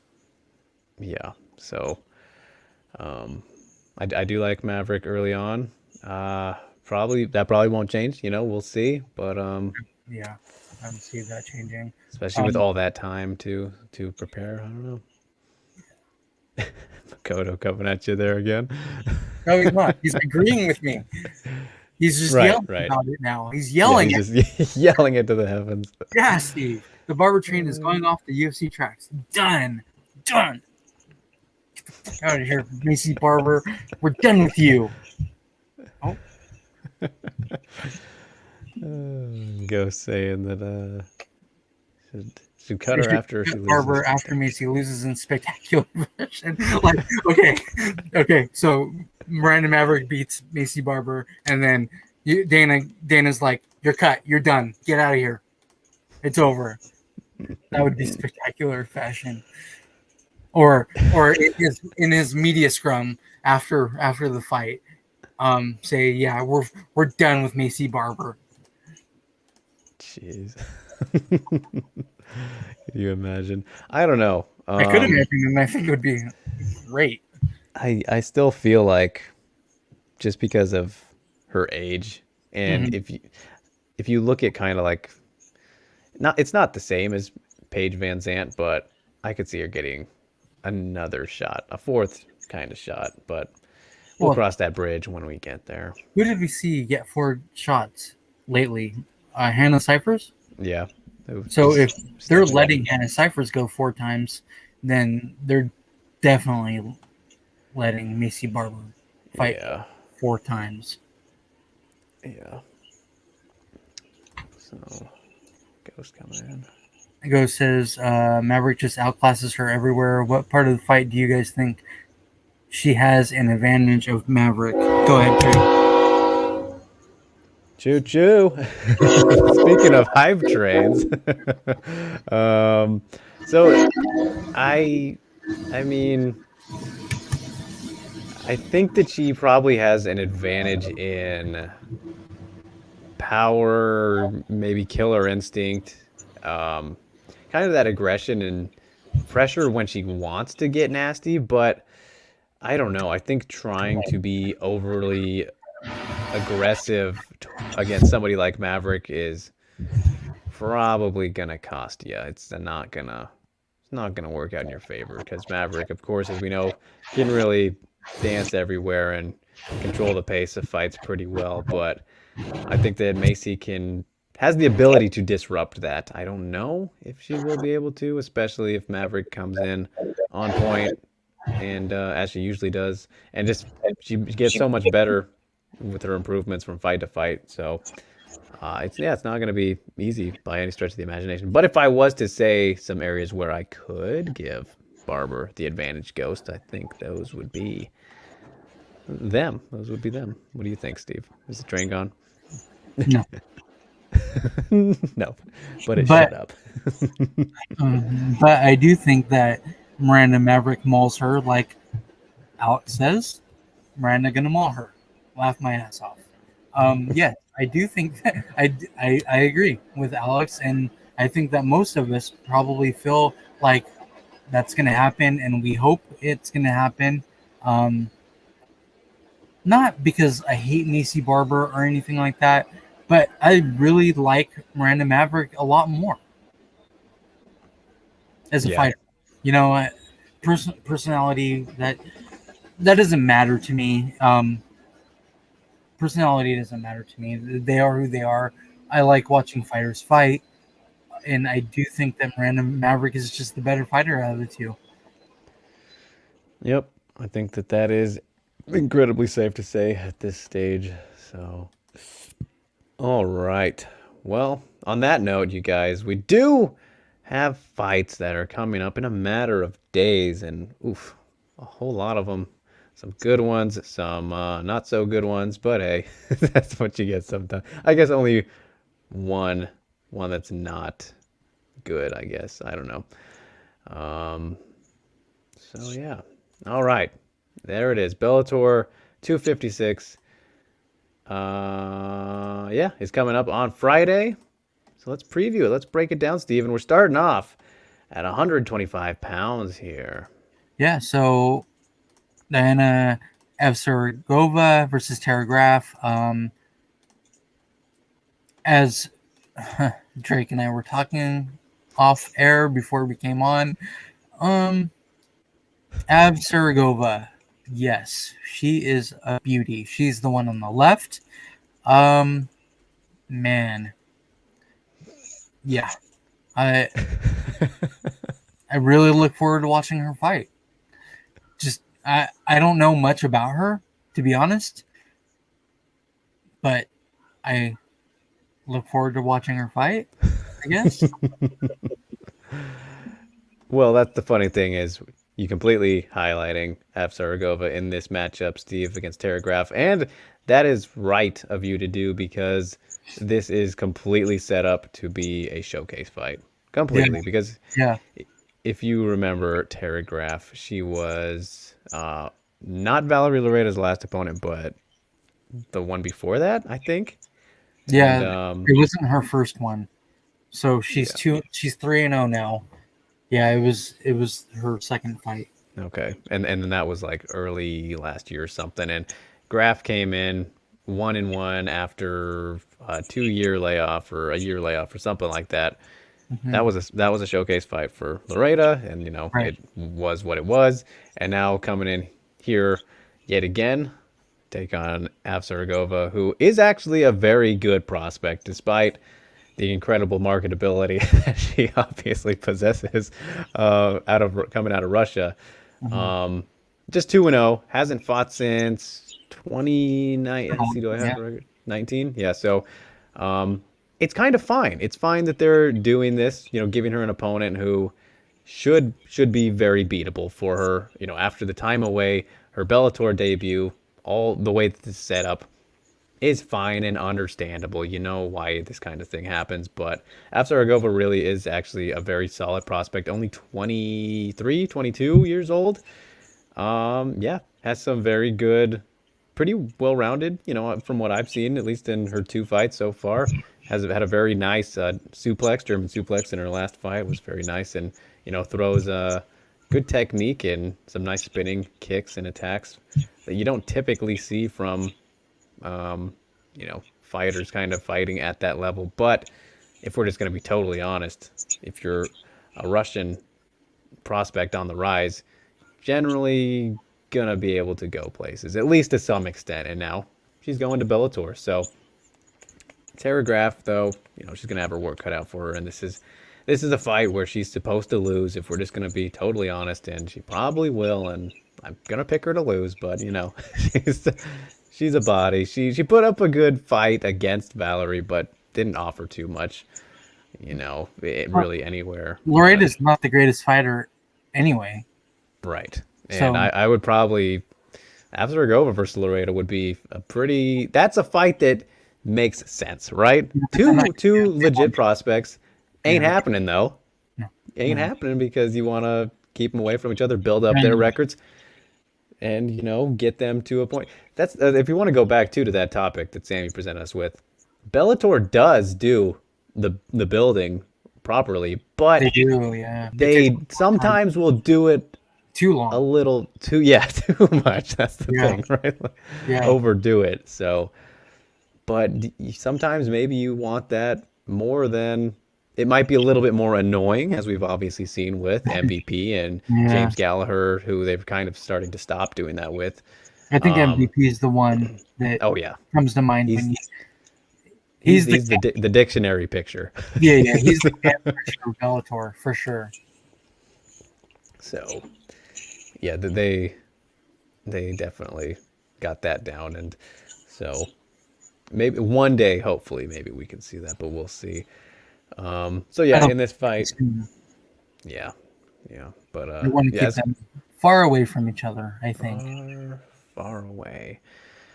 So ultimately, should be a very nice showcase performance, coming out party for F. Zaragova, who a lot of people really do not know about. As I said, just 2-0, Yeah. 23, 22 years old. Her first fight in America, first Bellator debut, all this stuff. Very big spot made for her to shine on, and I think she probably will for the most part. I'm gonna say second round TKO. I think Graf will survive to the second round at least. Yeah. Okay. I'm agreeing with you. All right, there we go. So, moving on to the flyweight division. After that, Yeah. we have the return. Well, not the return, but a featherweight fight. So Toledo Nogueira versus Jessica Borga. We haven't seen either of them for a while now, right? Wow, I guess that I didn't fucking realize that Toledo's fight with Mile was in That was October 2019. I thought that was last year. yeah.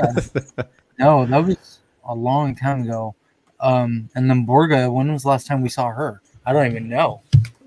Borga, yeah, same year, around the same time. Wow, I didn't 2019? realize that. Yeah. And she got some good momentum going too with those wins over Leibrock and Bertaud. Some very nice finishes in the first round, and that's one of the things I was thinking. Leibrock's a Like, big win. yeah, absolutely, and that's why I was thinking, oh man, Borga. Not, I don't know if I'd have her in the Right? rankings, maybe, but now because of the inactivity, they didn't I have think her. that's But probably what it is.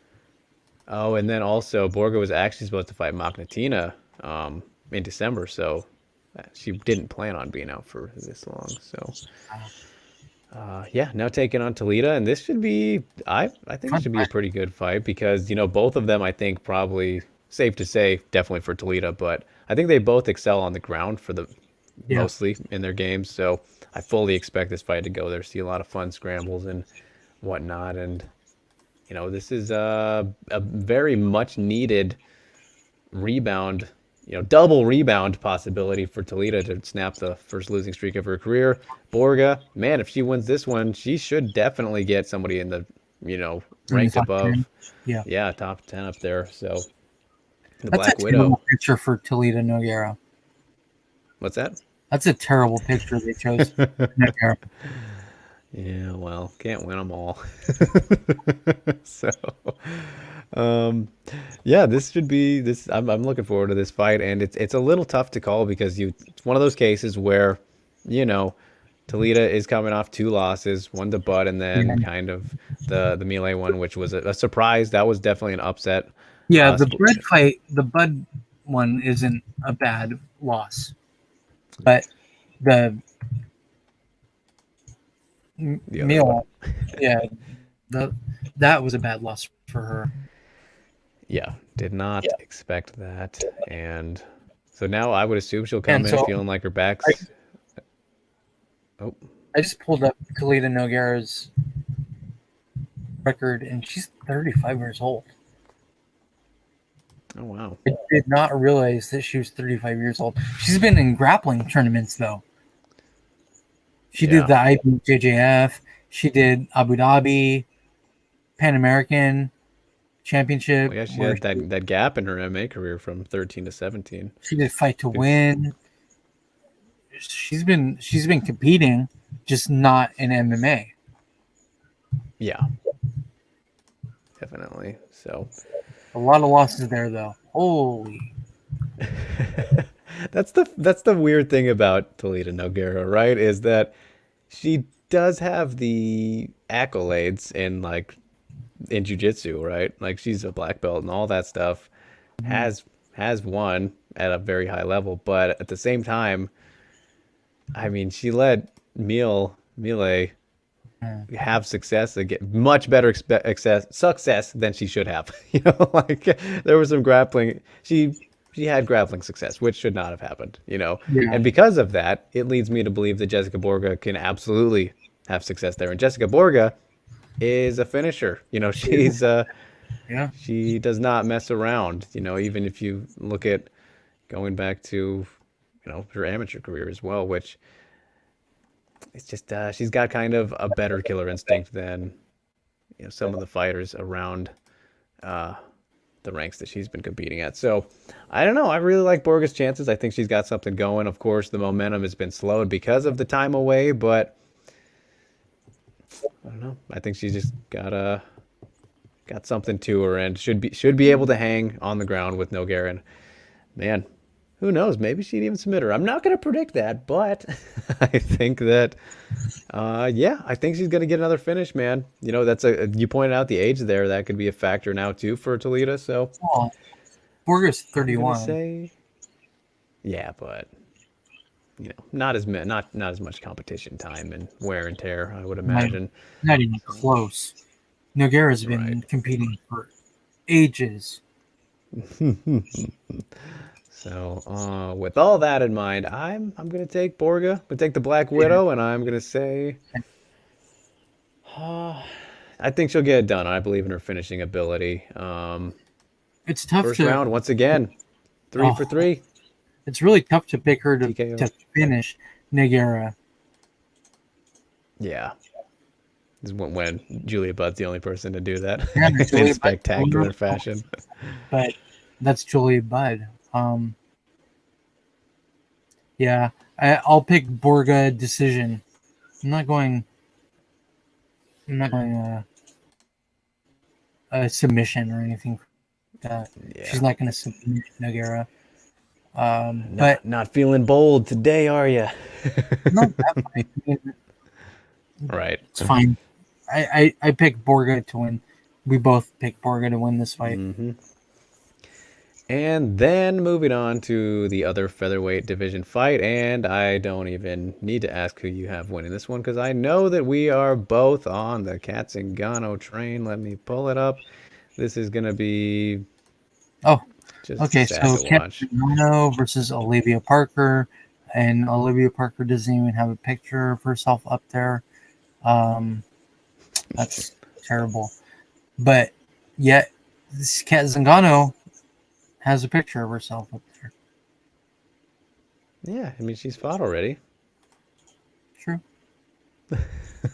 but um, I don't think that we have much to say about this fight. We pretty much said it all when it was announced. It's absurd. It is absolutely.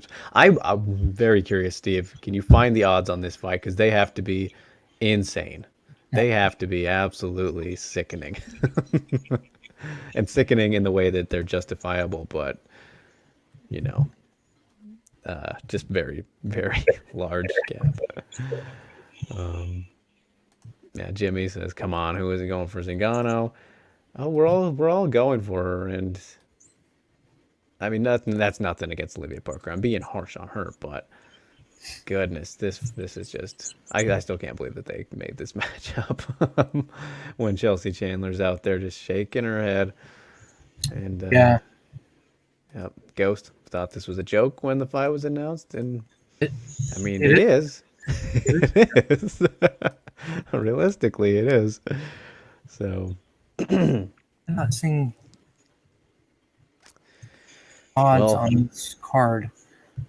they should be very large. So, Weird. yeah, Katzengano is gonna win in about 2 minutes. Quickly. 2 minutes via TKO, ground and pound, or something like that. Something This is like just that. she wins however she wants. Let's put it that way. Makoto, I think this is what they call a mismatch. Yep, definition of it. This is just really mind-boggling. Like, how do you not do Kat versus Julia Budd when they're fighting a week apart and against two fight? I said this. I said this weeks ago. I remember saying it where they got it matched up wrong. It should have been Parker versus Silva, and Zingano versus Budd. Like, Yeah, we actually said that yeah, last week, I think, completely. or a couple weeks ago, or whatever it was. Yeah, but it's crazy. they should have put Kat Zingano and Julia Budd, but I don't think that Bellator wanted either of them to lose. Right. Yeah, So definitely. instead, they gave Kat Zingano them layups. Olivia Parker.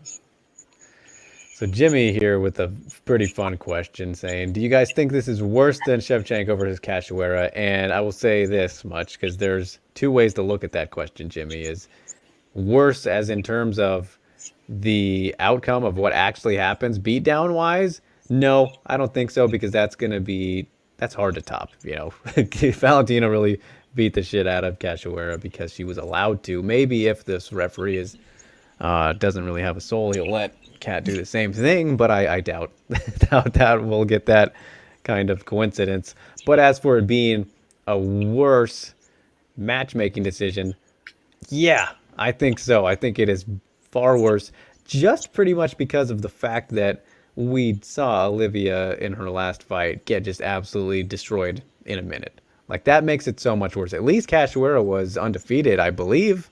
I believe going into that fight. Yeah, it was still not the right fight to make, but like, dude, Kat Zingano, who you're hyping up as a very likely next title challenger, Yeah. but to do that and then give her this really, like, Well, what is that, man? No, like, this doesn't fool anybody. no, but they want her to get a crazy good quick finish. Right. So they can be like, see, this is Kat Zingano. This is why we want her to fight for a title. Look at this finish. And people will see it and they won't even think about who Olivia Parker is. Yeah, because there's probably doesn't help that there's not really many highlights from the last fight either. So it was dominant, but it wasn't very flashy or exciting. So Yeah. yeah, as in terms of overmatched opponents for more seasoned fighter, yeah, I think it's worse. Just it's kind of crazy. So Steve and I all in agreement here. Cat by whatever she wants, whenever she wants. It's gonna be clear. Yeah. It should be easy work for Kat Zingano. Yeah. Which sucks because I do actually like Olivia Parker, and she's somebody who's been around for a bit and she has a really good story. She used to be like over 300 pounds or something crazy, but Yeah. but fuck, man, doing her dirty, dude, doing her so dirty, man. That's what happens. Fucking, this would be an insane upset. We'll see. I doubt it, but all right, now it's time to the real pressing matters, you guys. Gotta be the title contender bout. Unless they got something lined up for Velasquez right now, which would have to be Keyholtz, then we're looking at finding out who's next in line, Steve. Yeah, so Liz Carmouche versus Vanessa Porto, who is still the Invicta champion. Oh, they don't even have a picture of Porto. No respect. I mean, I guess it's just because they have fought. Yeah. Yeah. But this is a fun matchup. We talked about it when they made the fight, when it was announced. Fun matchup. Porto should win, but Liz Carmouche is incredibly tough. Yeah. Yeah, this matchup is, I mean, if you want to take two of the fighters who are probably the best two fighters who are like the most similar to each other in the division right now. Yeah. Like, because it's weird. They're similar, but not at the same time. They're the two most experienced fighters, for sure. But then, fighting style-wise, they do have some similarities. Of course, Liz Carmouche, fantastic wrestler, grinder. You know what she wants to do each and every time. Not the best striker. She can lean on it if needed. She looked solid in the last fight against Deanna Bennett, but we know what her bread and butter is. It's the grind you out, guerrilla style. Vanessa Porto, very, very well rounded, can pretty much fight wherever is needed. So she's pretty much the Swiss Army knife of the flyweight division and one of the most well-rounded fighters out there. Um, so yeah, it's a very interesting, tough matchup. I think that she's seen it all, been there, done that, except for getting this kind of opportunity, which I don't think there will be, just considering her experience, there will be no type of jitters whatsoever, and especially because there's going to be no crowd or anything like that. She's just been waiting so long for this opportunity. I think she'll really thrive. Liz Carmouche, kind of the same thing, but it's just not as big of a deal for her. I can't imagine Porto coming in, and we got a Gizmo. We got a Gizmo again. Gizmo cameo. He likes the matchup. Can't blame him, buddy. So yeah, dude, it's I'm very happy. I'm so happy for Vanessa Porto. I think this is a good matchup, a tough matchup for her. Not to the same level of when Jennifer Maya made her UFC debut. It reminds me of that in the sense that it is Liz Carmouche being put up against the Invicta champ and one of the best flyweights in the world coming from the outside kind of thing. But I think that Porto matches up a lot better, and I think she will definitely get taken down, but she'll be able to defend as well. Like I don't know the frequency. It's hard to assume because on the feet I think she'll be able to outstrike Carmouche, but it's just a matter of keeping things distant as best as you can, or flipping the tide and the tables and getting Carmouche down, which could also be a plan of attack. Like I said, Porto can pretty much do whatever the game plan is required and asked of her. So it's tough, but yeah, I'm sure you can tell I'm leaning towards Porto, and I just think that after becoming champion, finally getting that under her belt and getting this opportunity, she's really going to thrive and show people that she deserves some goddamn respect. People leaving her out of all these conversations, but she's been one of the best flyweights in the world, an elite flyweight for the last so many years, and just one of the best flyweights ever if you look at what she's been able to do and who she's fought. So I'm on the Porto bandwagon, man, and it's going to be tough. It's going to be a fun fight, but I think she'll end up doing enough and getting the unanimous decision. Yeah, yeah, I agree with you. I think that Porto's just a strong champion, man. She's a strong champion in the sport. She's good. But if Carmouche gets her down, it could be trouble for her because Yeah. Carmouche is very tough. She's out of the 10th planet. 10th planet fighters are incredibly tough on the ground. But Porto's very good too. I don't know. Do we think it's going to be on the ground more than it is on the feet?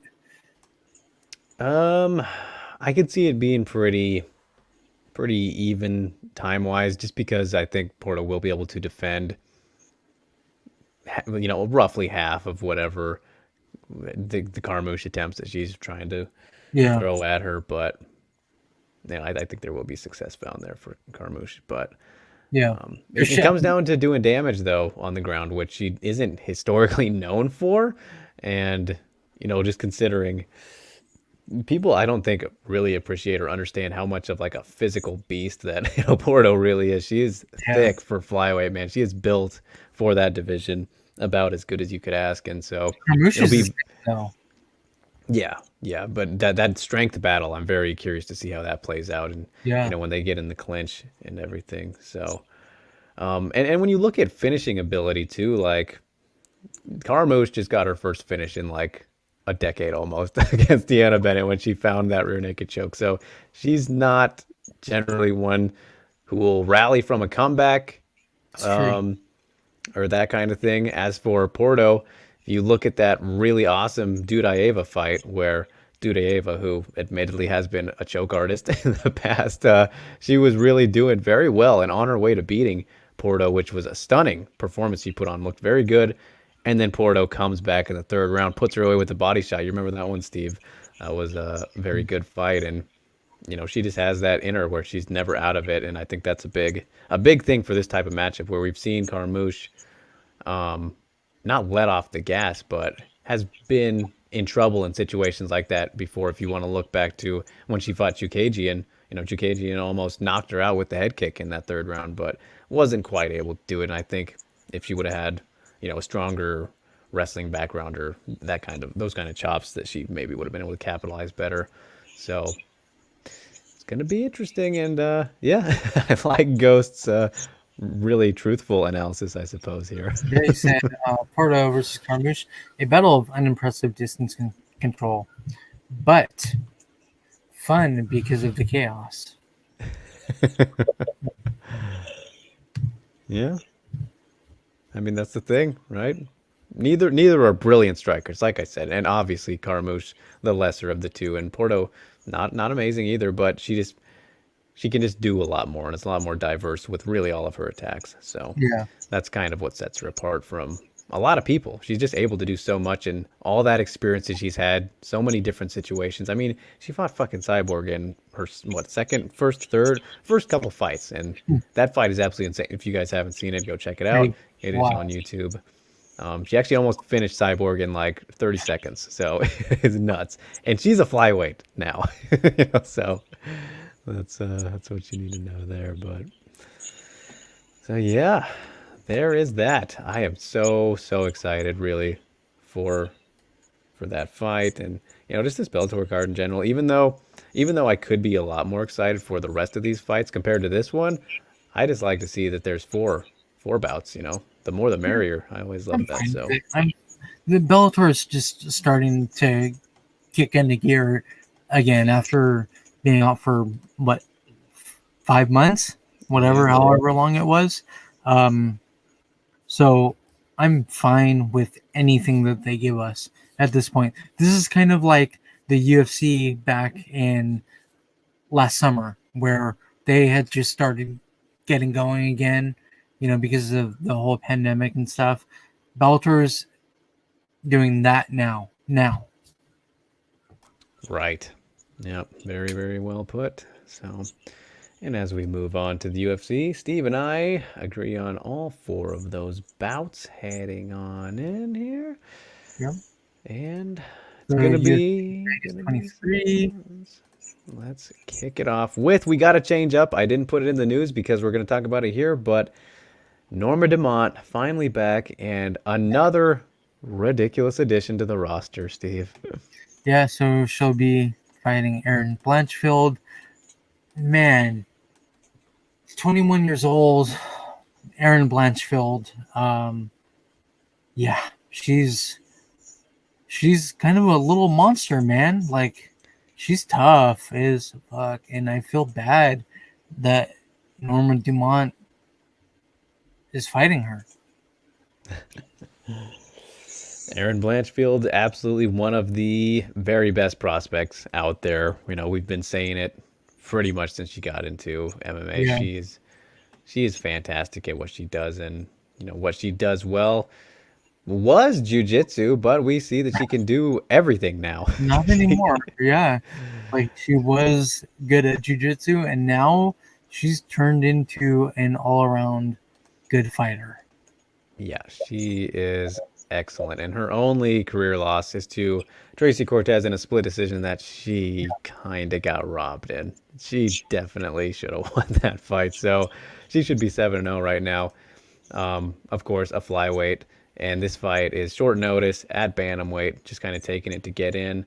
And against Norma Dumont, who I feel like I might be the only person who was so impressed with her last performance. I thought she looked very good, and so I think that this is a tough debut for Blanchfield, especially up in weight against a a significantly larger Dumont, I think, and the stylistic clash here is going to be very fun to see because they do have, you know, some good grappling backgrounds Mhm. with their jujitsu. Very similar kind of how they started with the grappling base and then worked into their striking. Dumont with the Sanda actually has a Sanda background with her striking um, as a Brazilian, and then Blanchfield's just been working on what she does. So Everything. everything, yep, and just whooping up on people in Invicta and Cage Fury a little bit.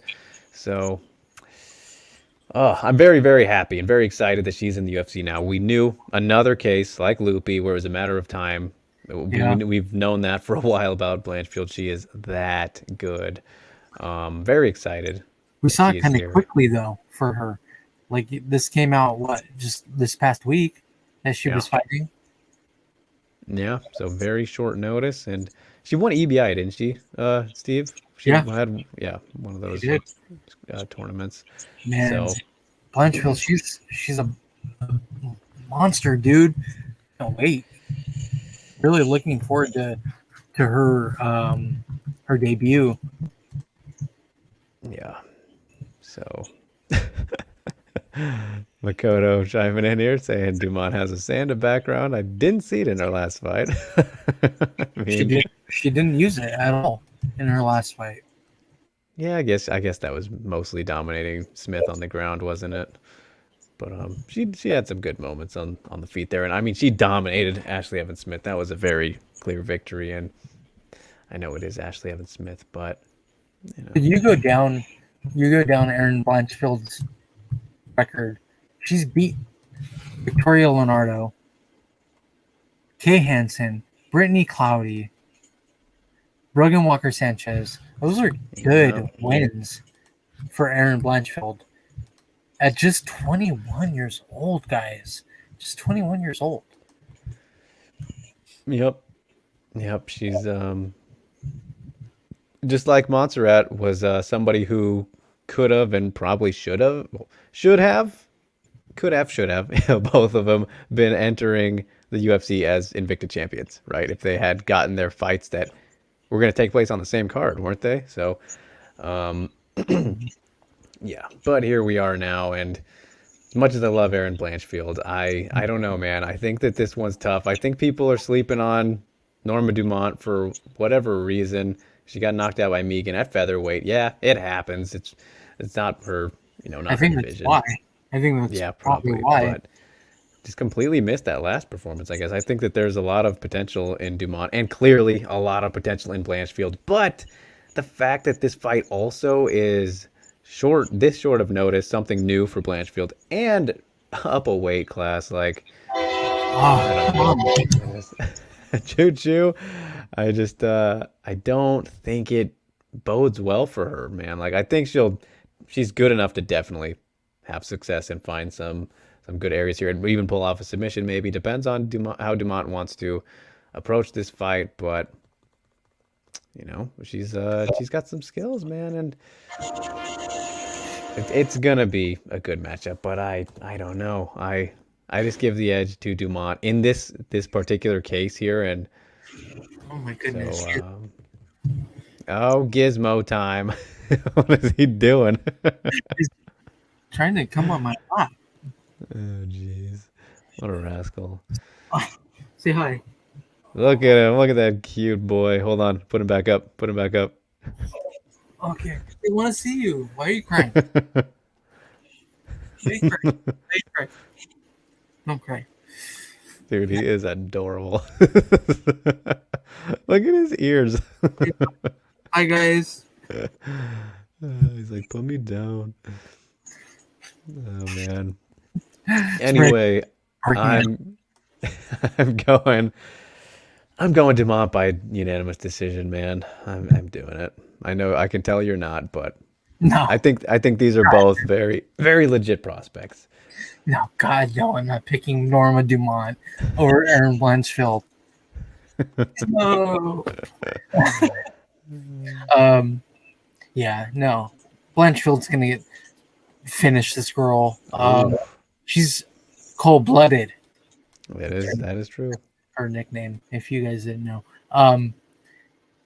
Yeah, she's the real deal. She's what Macy Barber wants to be. That is so true. So very true. She could be the youngest UFC champion ever. She'll be there quicker than Macy Barber. Yeah. Just, I don't know, man. This situation, I just don't think is I ideal get for it. her. I get it. I get why you're picking Norma Dumont. I'm just not going to. Right in the momentum. I love it, man. Yeah, I'm dude. not mad at it. Like you said, she doesn't really have any losses in MMA. she's a monster, dude. She finishes. He's a phenom for sure. Yeah.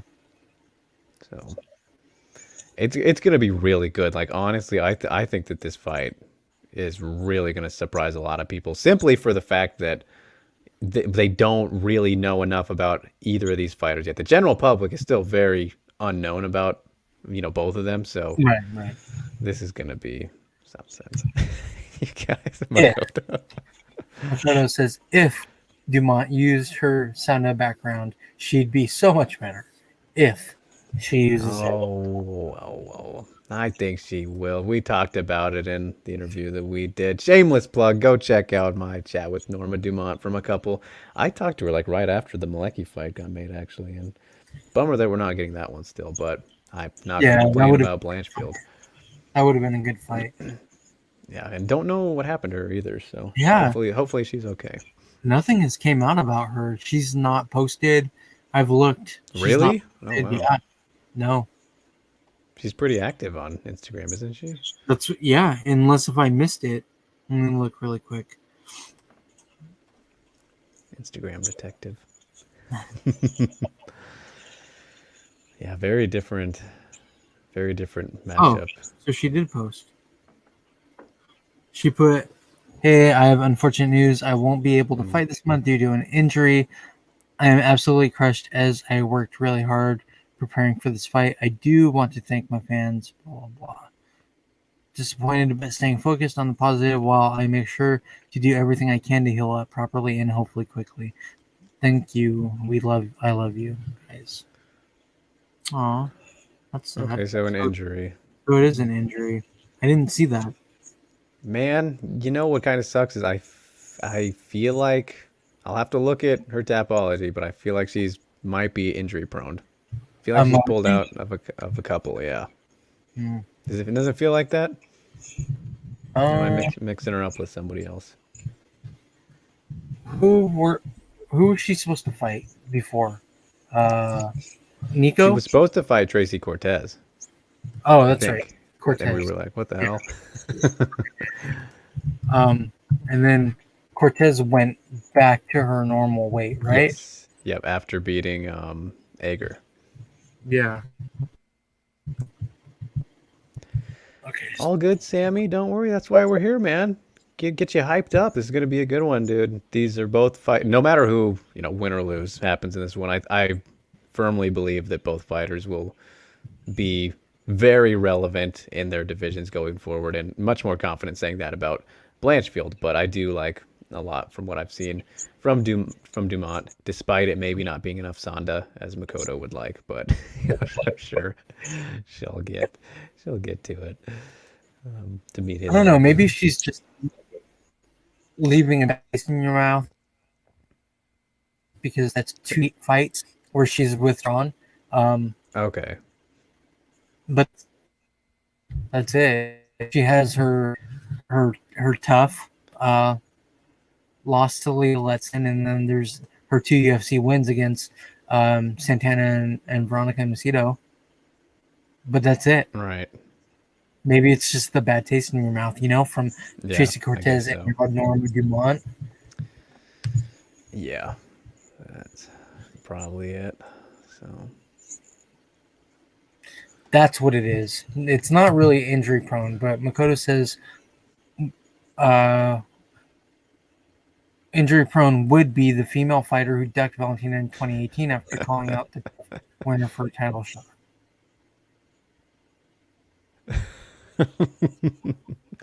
I'm pretty sure that's a shot at Paige. I'm pretty sure. 100%. Sammy said, "Not gonna lie, I don't know much about those two until you guys broke it down." Well, Aaron Blanchfield and Norma Dumont. Yeah, it's gonna be a fun fight. I like it. I like this fight a lot, man. Blanchfield's, man, dude. I'm like you were saying. Could have been sooner. But she's finally in the UFC, and we thought it would probably happen after. I don't know, maybe the Leonardo one. That performance was probably her best performance. It's probably. But she's fought. Who does she fight since then? Brogan Walker. Brogan Walker Sanchez. Yeah. So, yep. But other than the highly anticipated debut of Miss Erin Blanchfield, cold-blooded Blanchfield, we have Love that nickname. it is good. Finally, the return of one Nina Ansaroff, Steve. Is it the return of Nina Ansaroff or the return of the beloved Mackenzie Dern? How dare you? It's been a longer time away for Ansaroff. It's her return here. This is the battle of the moms. It is. That it is. We got a mom fight at 115. I love mom Ansaroff fights. deciding not to go up to 125 as she said she would after having her child. So here we are, man. I'm really looking forward to this one. I think people have just always, like always, her whole UFC career have slept on Nina Ansaroff. Like, Right. I don't know why. I really don't know why. I don't know. I think she's kind of like that Caitlin Chikrijian type fighter.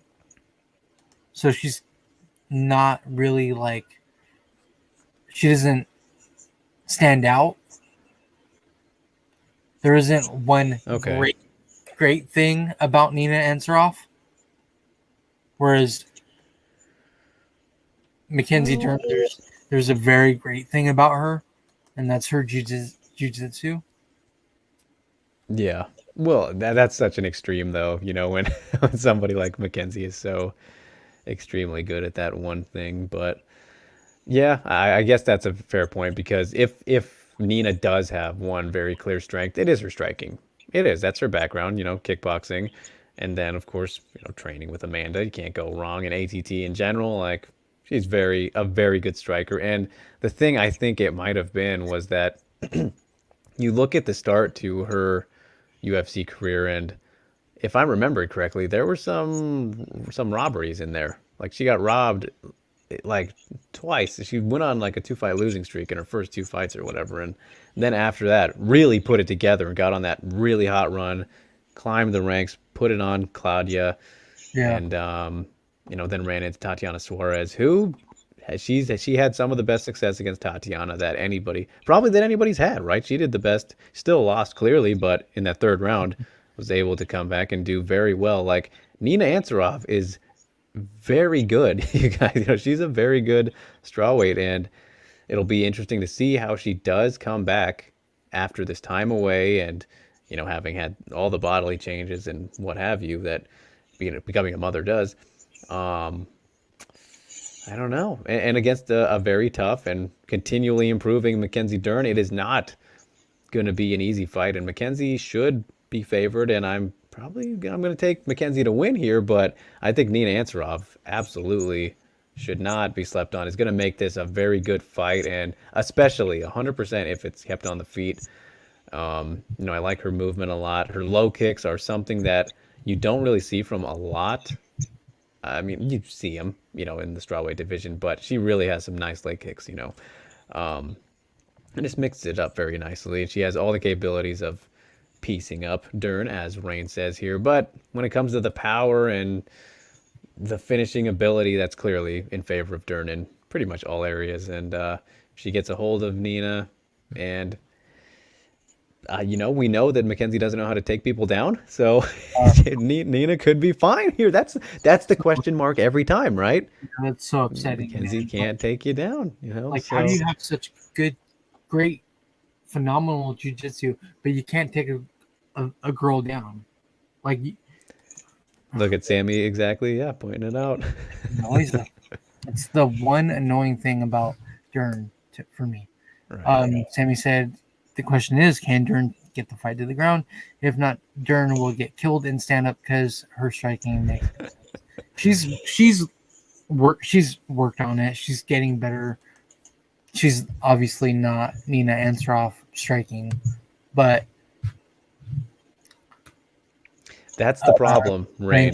I feel like Dern still doesn't understand how to manage kickboxing range. She just walks in and out of range. And that's a big problem against somebody who can control that as well as Nina. You know, if she comes in and performs how we know she can, and yep, that's another great point by Rue. You know, and Rose Dern might have power, but her entries into range are terrible. She has yeah, no entries. Like it's absurd.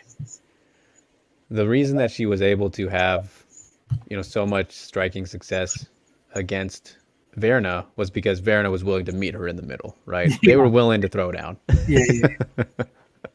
So Nina is not going to do that. Nina's a very smart and tactical striker. Um, so yeah, this is a very compelling matchup, man. And you know, The odds are pretty much a push. really, wow, that's good to see some respect for Nina. Okay. Plus 105 for Mackenzie Dern, minus 125 very slightly for Nina Aaron. Wow, dude, that's wow. I would not have expected that at all. That's incredible. So your girl, Norma Dumont, is minus 250. That's a bit of some ignorance there. I Where mean, I Blanchfield is plus 200. Is this another monster at? no, it's not on that level because Dumont is better than Bays, but, that's yeah. See, that's people not quite knowing. I would probably put that more around like a 130-ish or something, but I'm it's still neither throwing here. money on Blanchfield. Fuck yeah. Yeah, for sure. Oh yeah. Um, Oh yeah. oh yeah. So yeah, I mean, just when you look at the styles here, man, it really it all depends on if Mackenzie can either land a really lucky punch that hurts, you know, Nina, or if she can get her to the ground, which is not what she does best. But once you're there, you're pretty much done. So The crew's a bunch of Mackenzie haters. Look at Ghost saying Nina might be one of the few women that can build off combinations. I hope Nina ends Dern's title hopes. maybe they're just realists, man. They're seeing the styles clash here, and it really, yeah. See, I just think Dern does need to find that needs to find a big shot or somehow get her to the ground. If she doesn't get her to the ground, Nina can pick her apart en route to a decision. I think that's the safest bet for how she would win this fight, and I guess the odds makers are agreeing with that. So Yeah. for once, who would have thought? Um, but I don't know, dude. I just think that the danger factor that Mackenzie possesses will for 15 minutes. I don't see Nina finishing her, so I think she'll have plenty of opportunities. And as non-existent as her takedown ability is, Nina will maybe stumble or fall. She'll get pulled pulled to the ground in some fashion, unless Mackenzie has been just drilling takedowns. But I Oh my imagine god. that She has to wouldn't do be the something case. about it. Yeah. Like So you can't expect to not be able to get takedowns, but end up on right. the ground somehow. Like that's not how shit works. You have Yeah. to work for that goddamn takedown. Yeah. And she works for it, Especially but it's against just fighters like Nina Ansaroff. yeah. Yep.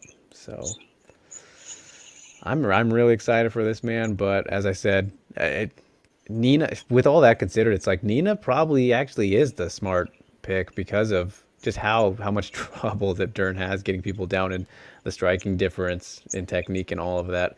But I don't know. I just think there will be a moment where Dern does find an opening. She does get Nina down for like a second, and that's all she needs to snatch something up. So, It's literally all she needs, yeah. yep, But the question is, does she get it? Is she exactly, able to actually get it to the ground? Uh, exactly. until we see it, it's very hard to believe that she can do it.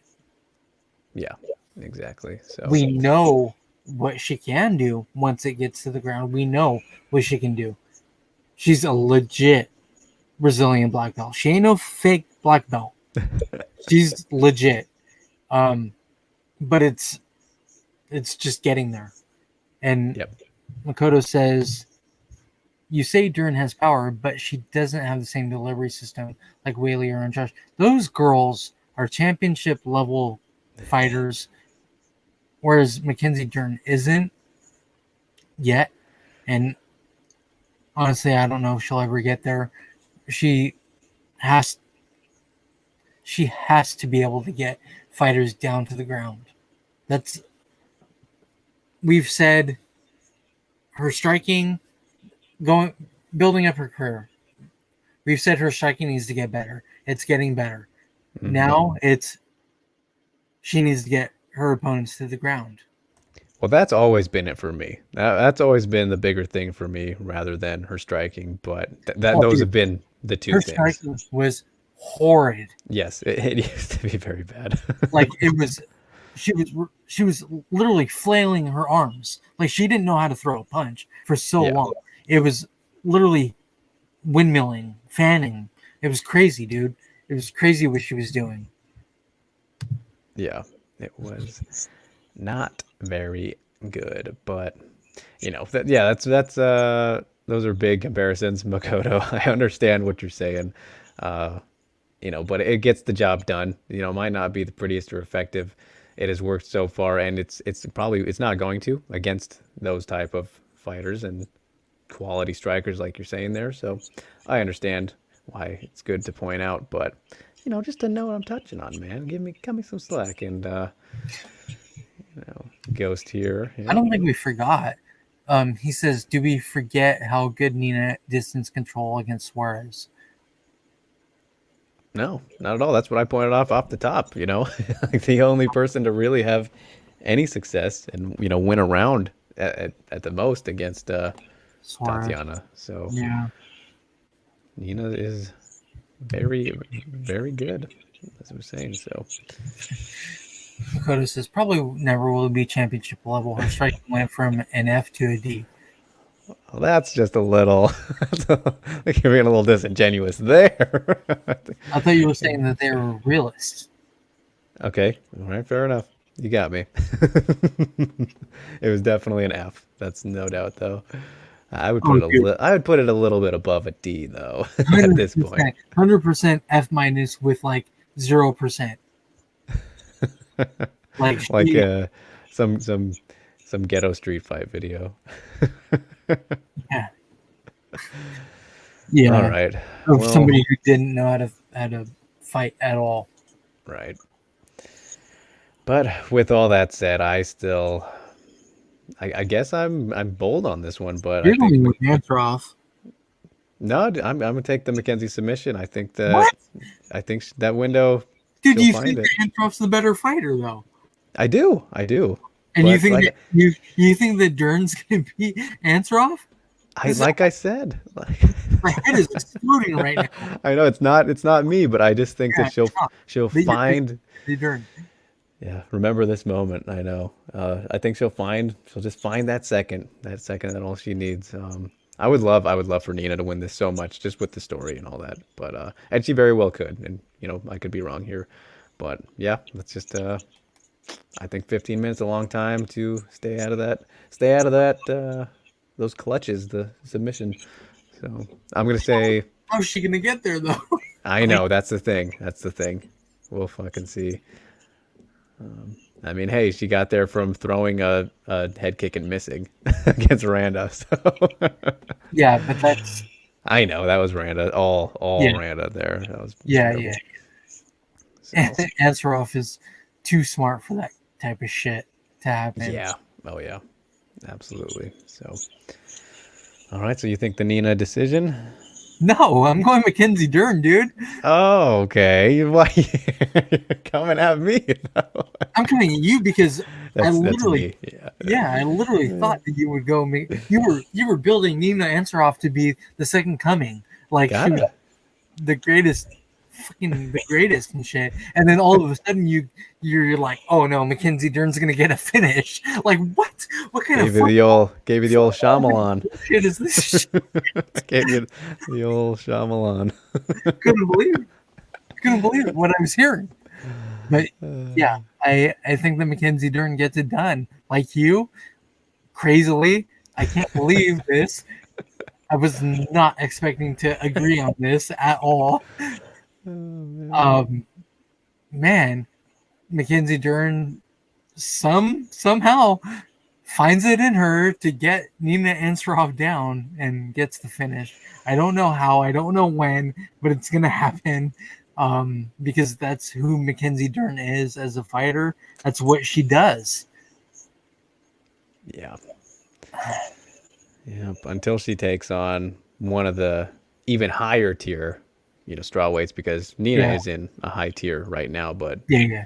coming in off the layoff and all that stuff, like hard to fully judge, but if we assume the best, which you kind of have to, right? Then yeah, that's kind of how it goes. So Ghost Phantom, he says it'll be who will manage the distance better. Yep, that's pretty much the story, because got to get in, got to get out if you're Ansarov. Come on. And yeah, I Dern know is I didn't agree overrated. with that one. It is not overrated at all, dude. I feel like that comment is more discrediting of Verna's incredible grappling as well. She's so Because good. Virna is so good. Jiu-Jitsu, and so is Dern. Come on, guys. yeah, no, that's There are girls dumb enough to be careless in her we've guard. seen that. We have seen that. We have That seen, is how it goes. but I don't think that Nina Ansaroff's going to be one of them. I just think that Mackenzie Dern is that much better at jiu-jitsu than Nina Ansaroff is. So she'll find a way. Like I said, I think that she finds a way. I don't know how, but because fucking I need to see Mackenzie Dern get a takedown for me to predict that's how it happens. Exactly. I Gotta do see think it. that it happens. Yep. So with all that I in can't mind, believe we we agreed on that fight. I was not expecting that. Like, obviously I knew we were going to be talking about this fight. I knew how high you were on Nina Ansaroff, and I know how high I am on Mackenzie Dern. So it's like, once you pulled that shit out of your ass, I was like, what? I couldn't believe it. sometimes you just get a feeling, man. Okay, I'm okay with that. So then that leaves just Dumont and Blanchfield's the only one we're split on between all, what is it, Between six fights. six of these I mean, fights, but two that's how it usually promotions. goes. Yeah, we're generally a lot more on the same page than not. Yeah. I don't know if we've ever been completely split with this number of fights. We've been split if it's like one or two, right? Mhm. But for this many, that doesn't usually happen. So No, 6 fights yeah, is a lot, and it for us is. to only go, I mean, you can easily pick Blanchfield too. Oh yeah. It's just the situation I just think is rough. Rougher. Yeah, That's rougher than anything for me. I So get it. Jimmy, admittedly, sorry to Steve that he's not a fan of Don't be Dern. sorry. I don't care. I don't care that you don't like her. It's I it's love the fine. compassion from our friends. I love it. I love it. Don't be sorry though. Please do not apologize to me. I'm the last one to apologize to. Yeah. Fuck Steve. Fuck you, Steve. All right. Well, another one down. Another 2 hours and 30 in the Oh, books. this was one of our Finally. longest ones. There was so much. There was a whole lot. Oh my Partly goodness. because of you guys, as always. A Twitter mailbag. Some really good, deep, thought-provoking questions from Yeah. Sammy and Ghost today, which really appreciate. You guys always love getting deeper whenever possible. I do myself. I know Steve does as well, but it's just good conversation. You can't beat it. So much shit going on. The good shit, pal. It's such good shit, as Mr. McMahon might say. So, Oh man. all right, what do we have? Oh, well, yeah. What do we got going on? Follow us, like, share, and subscribe if you haven't already. If you haven't, then what are you doing here? At Drake Riggs _, at Steve K _ MMA, at the Scrap News, Twitter, YouTube, all that good stuff, you guys. This week, I got a whole lot going on. Already have dropped, 3 interviews? 3, let me remember here. So we started off, spoke to Caitlin Young, fantastic, individual, one of the pioneers of the sport, making her way into the PFL now after years in Invicta, not just as a fighter, but a matchmaker. That was amazing. Check that out, mymmanews.com. And then we had Jessica Andrade, the former strawweight champion and the next flyweight title challenger. Of course, that was for SCMP MMA. Go check that out. Always awesome with Jessica. All of these ladies, fantastic conversations, great energy from all of them. Desiree Yanez, spoke to her yesterday. That came out today as well for my MA News. Man, you want to talk about energy? Very, very much energy for her, just with this fight coming up and the weight cutting and all that. Great, great vibes from her, and good to see her so happy after a rough 2020 where 3 fight cancellations kept her out, and still gets to fight Vita next week, so that's exciting. And then today I did speak to the Jewel herself, former champ Julia Budd. That was good stuff, and I'm looking to drop that tomorrow. Also, my MA News, she's fighting next week, as we discussed earlier, you guys. Plenty going on. So that's that for the interviews I've done recently, and got more coming. There's just so much MMA this month, Steve. Like, you gotta stay busy, man. So what you got for us, if anything? Yeah, literally nothing. I had a tough week, very tough week personally. Coming into this, I didn't even know if I was up to coming on this week, but I kind of chose to because it's a getaway for me for a while, from my real life feelings. I think that MMA is kind of a getaway for a lot of us, and kind of had a bad week this past week, personally. Gotta stay positive, buddy. You got plenty of people looking No, at you. yeah. No, it's all good. It's just something that I go through every 1st through 10th of April, literally every year. So it's just that time then. yeah. Yep. Well, get through it as you usually do, man. Champ. Yeah. No, yeah, it's all good. Yeah, but we're here. And thank you to everybody who comments regularly. You're right, Jimmy. MMA does bring us together, whether we like it or not. True that. So thank you to everybody for coming on.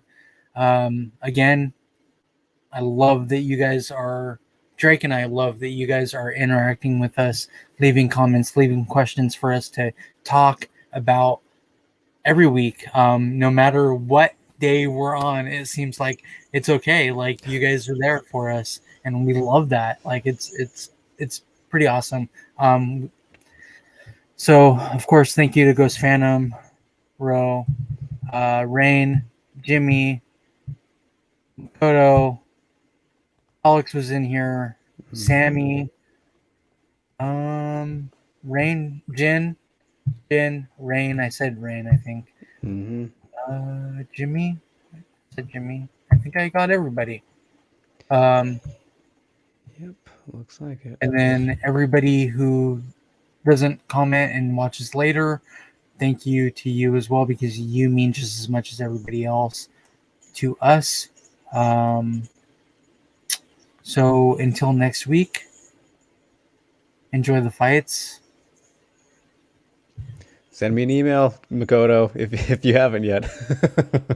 We'll see you next time. Later, guys.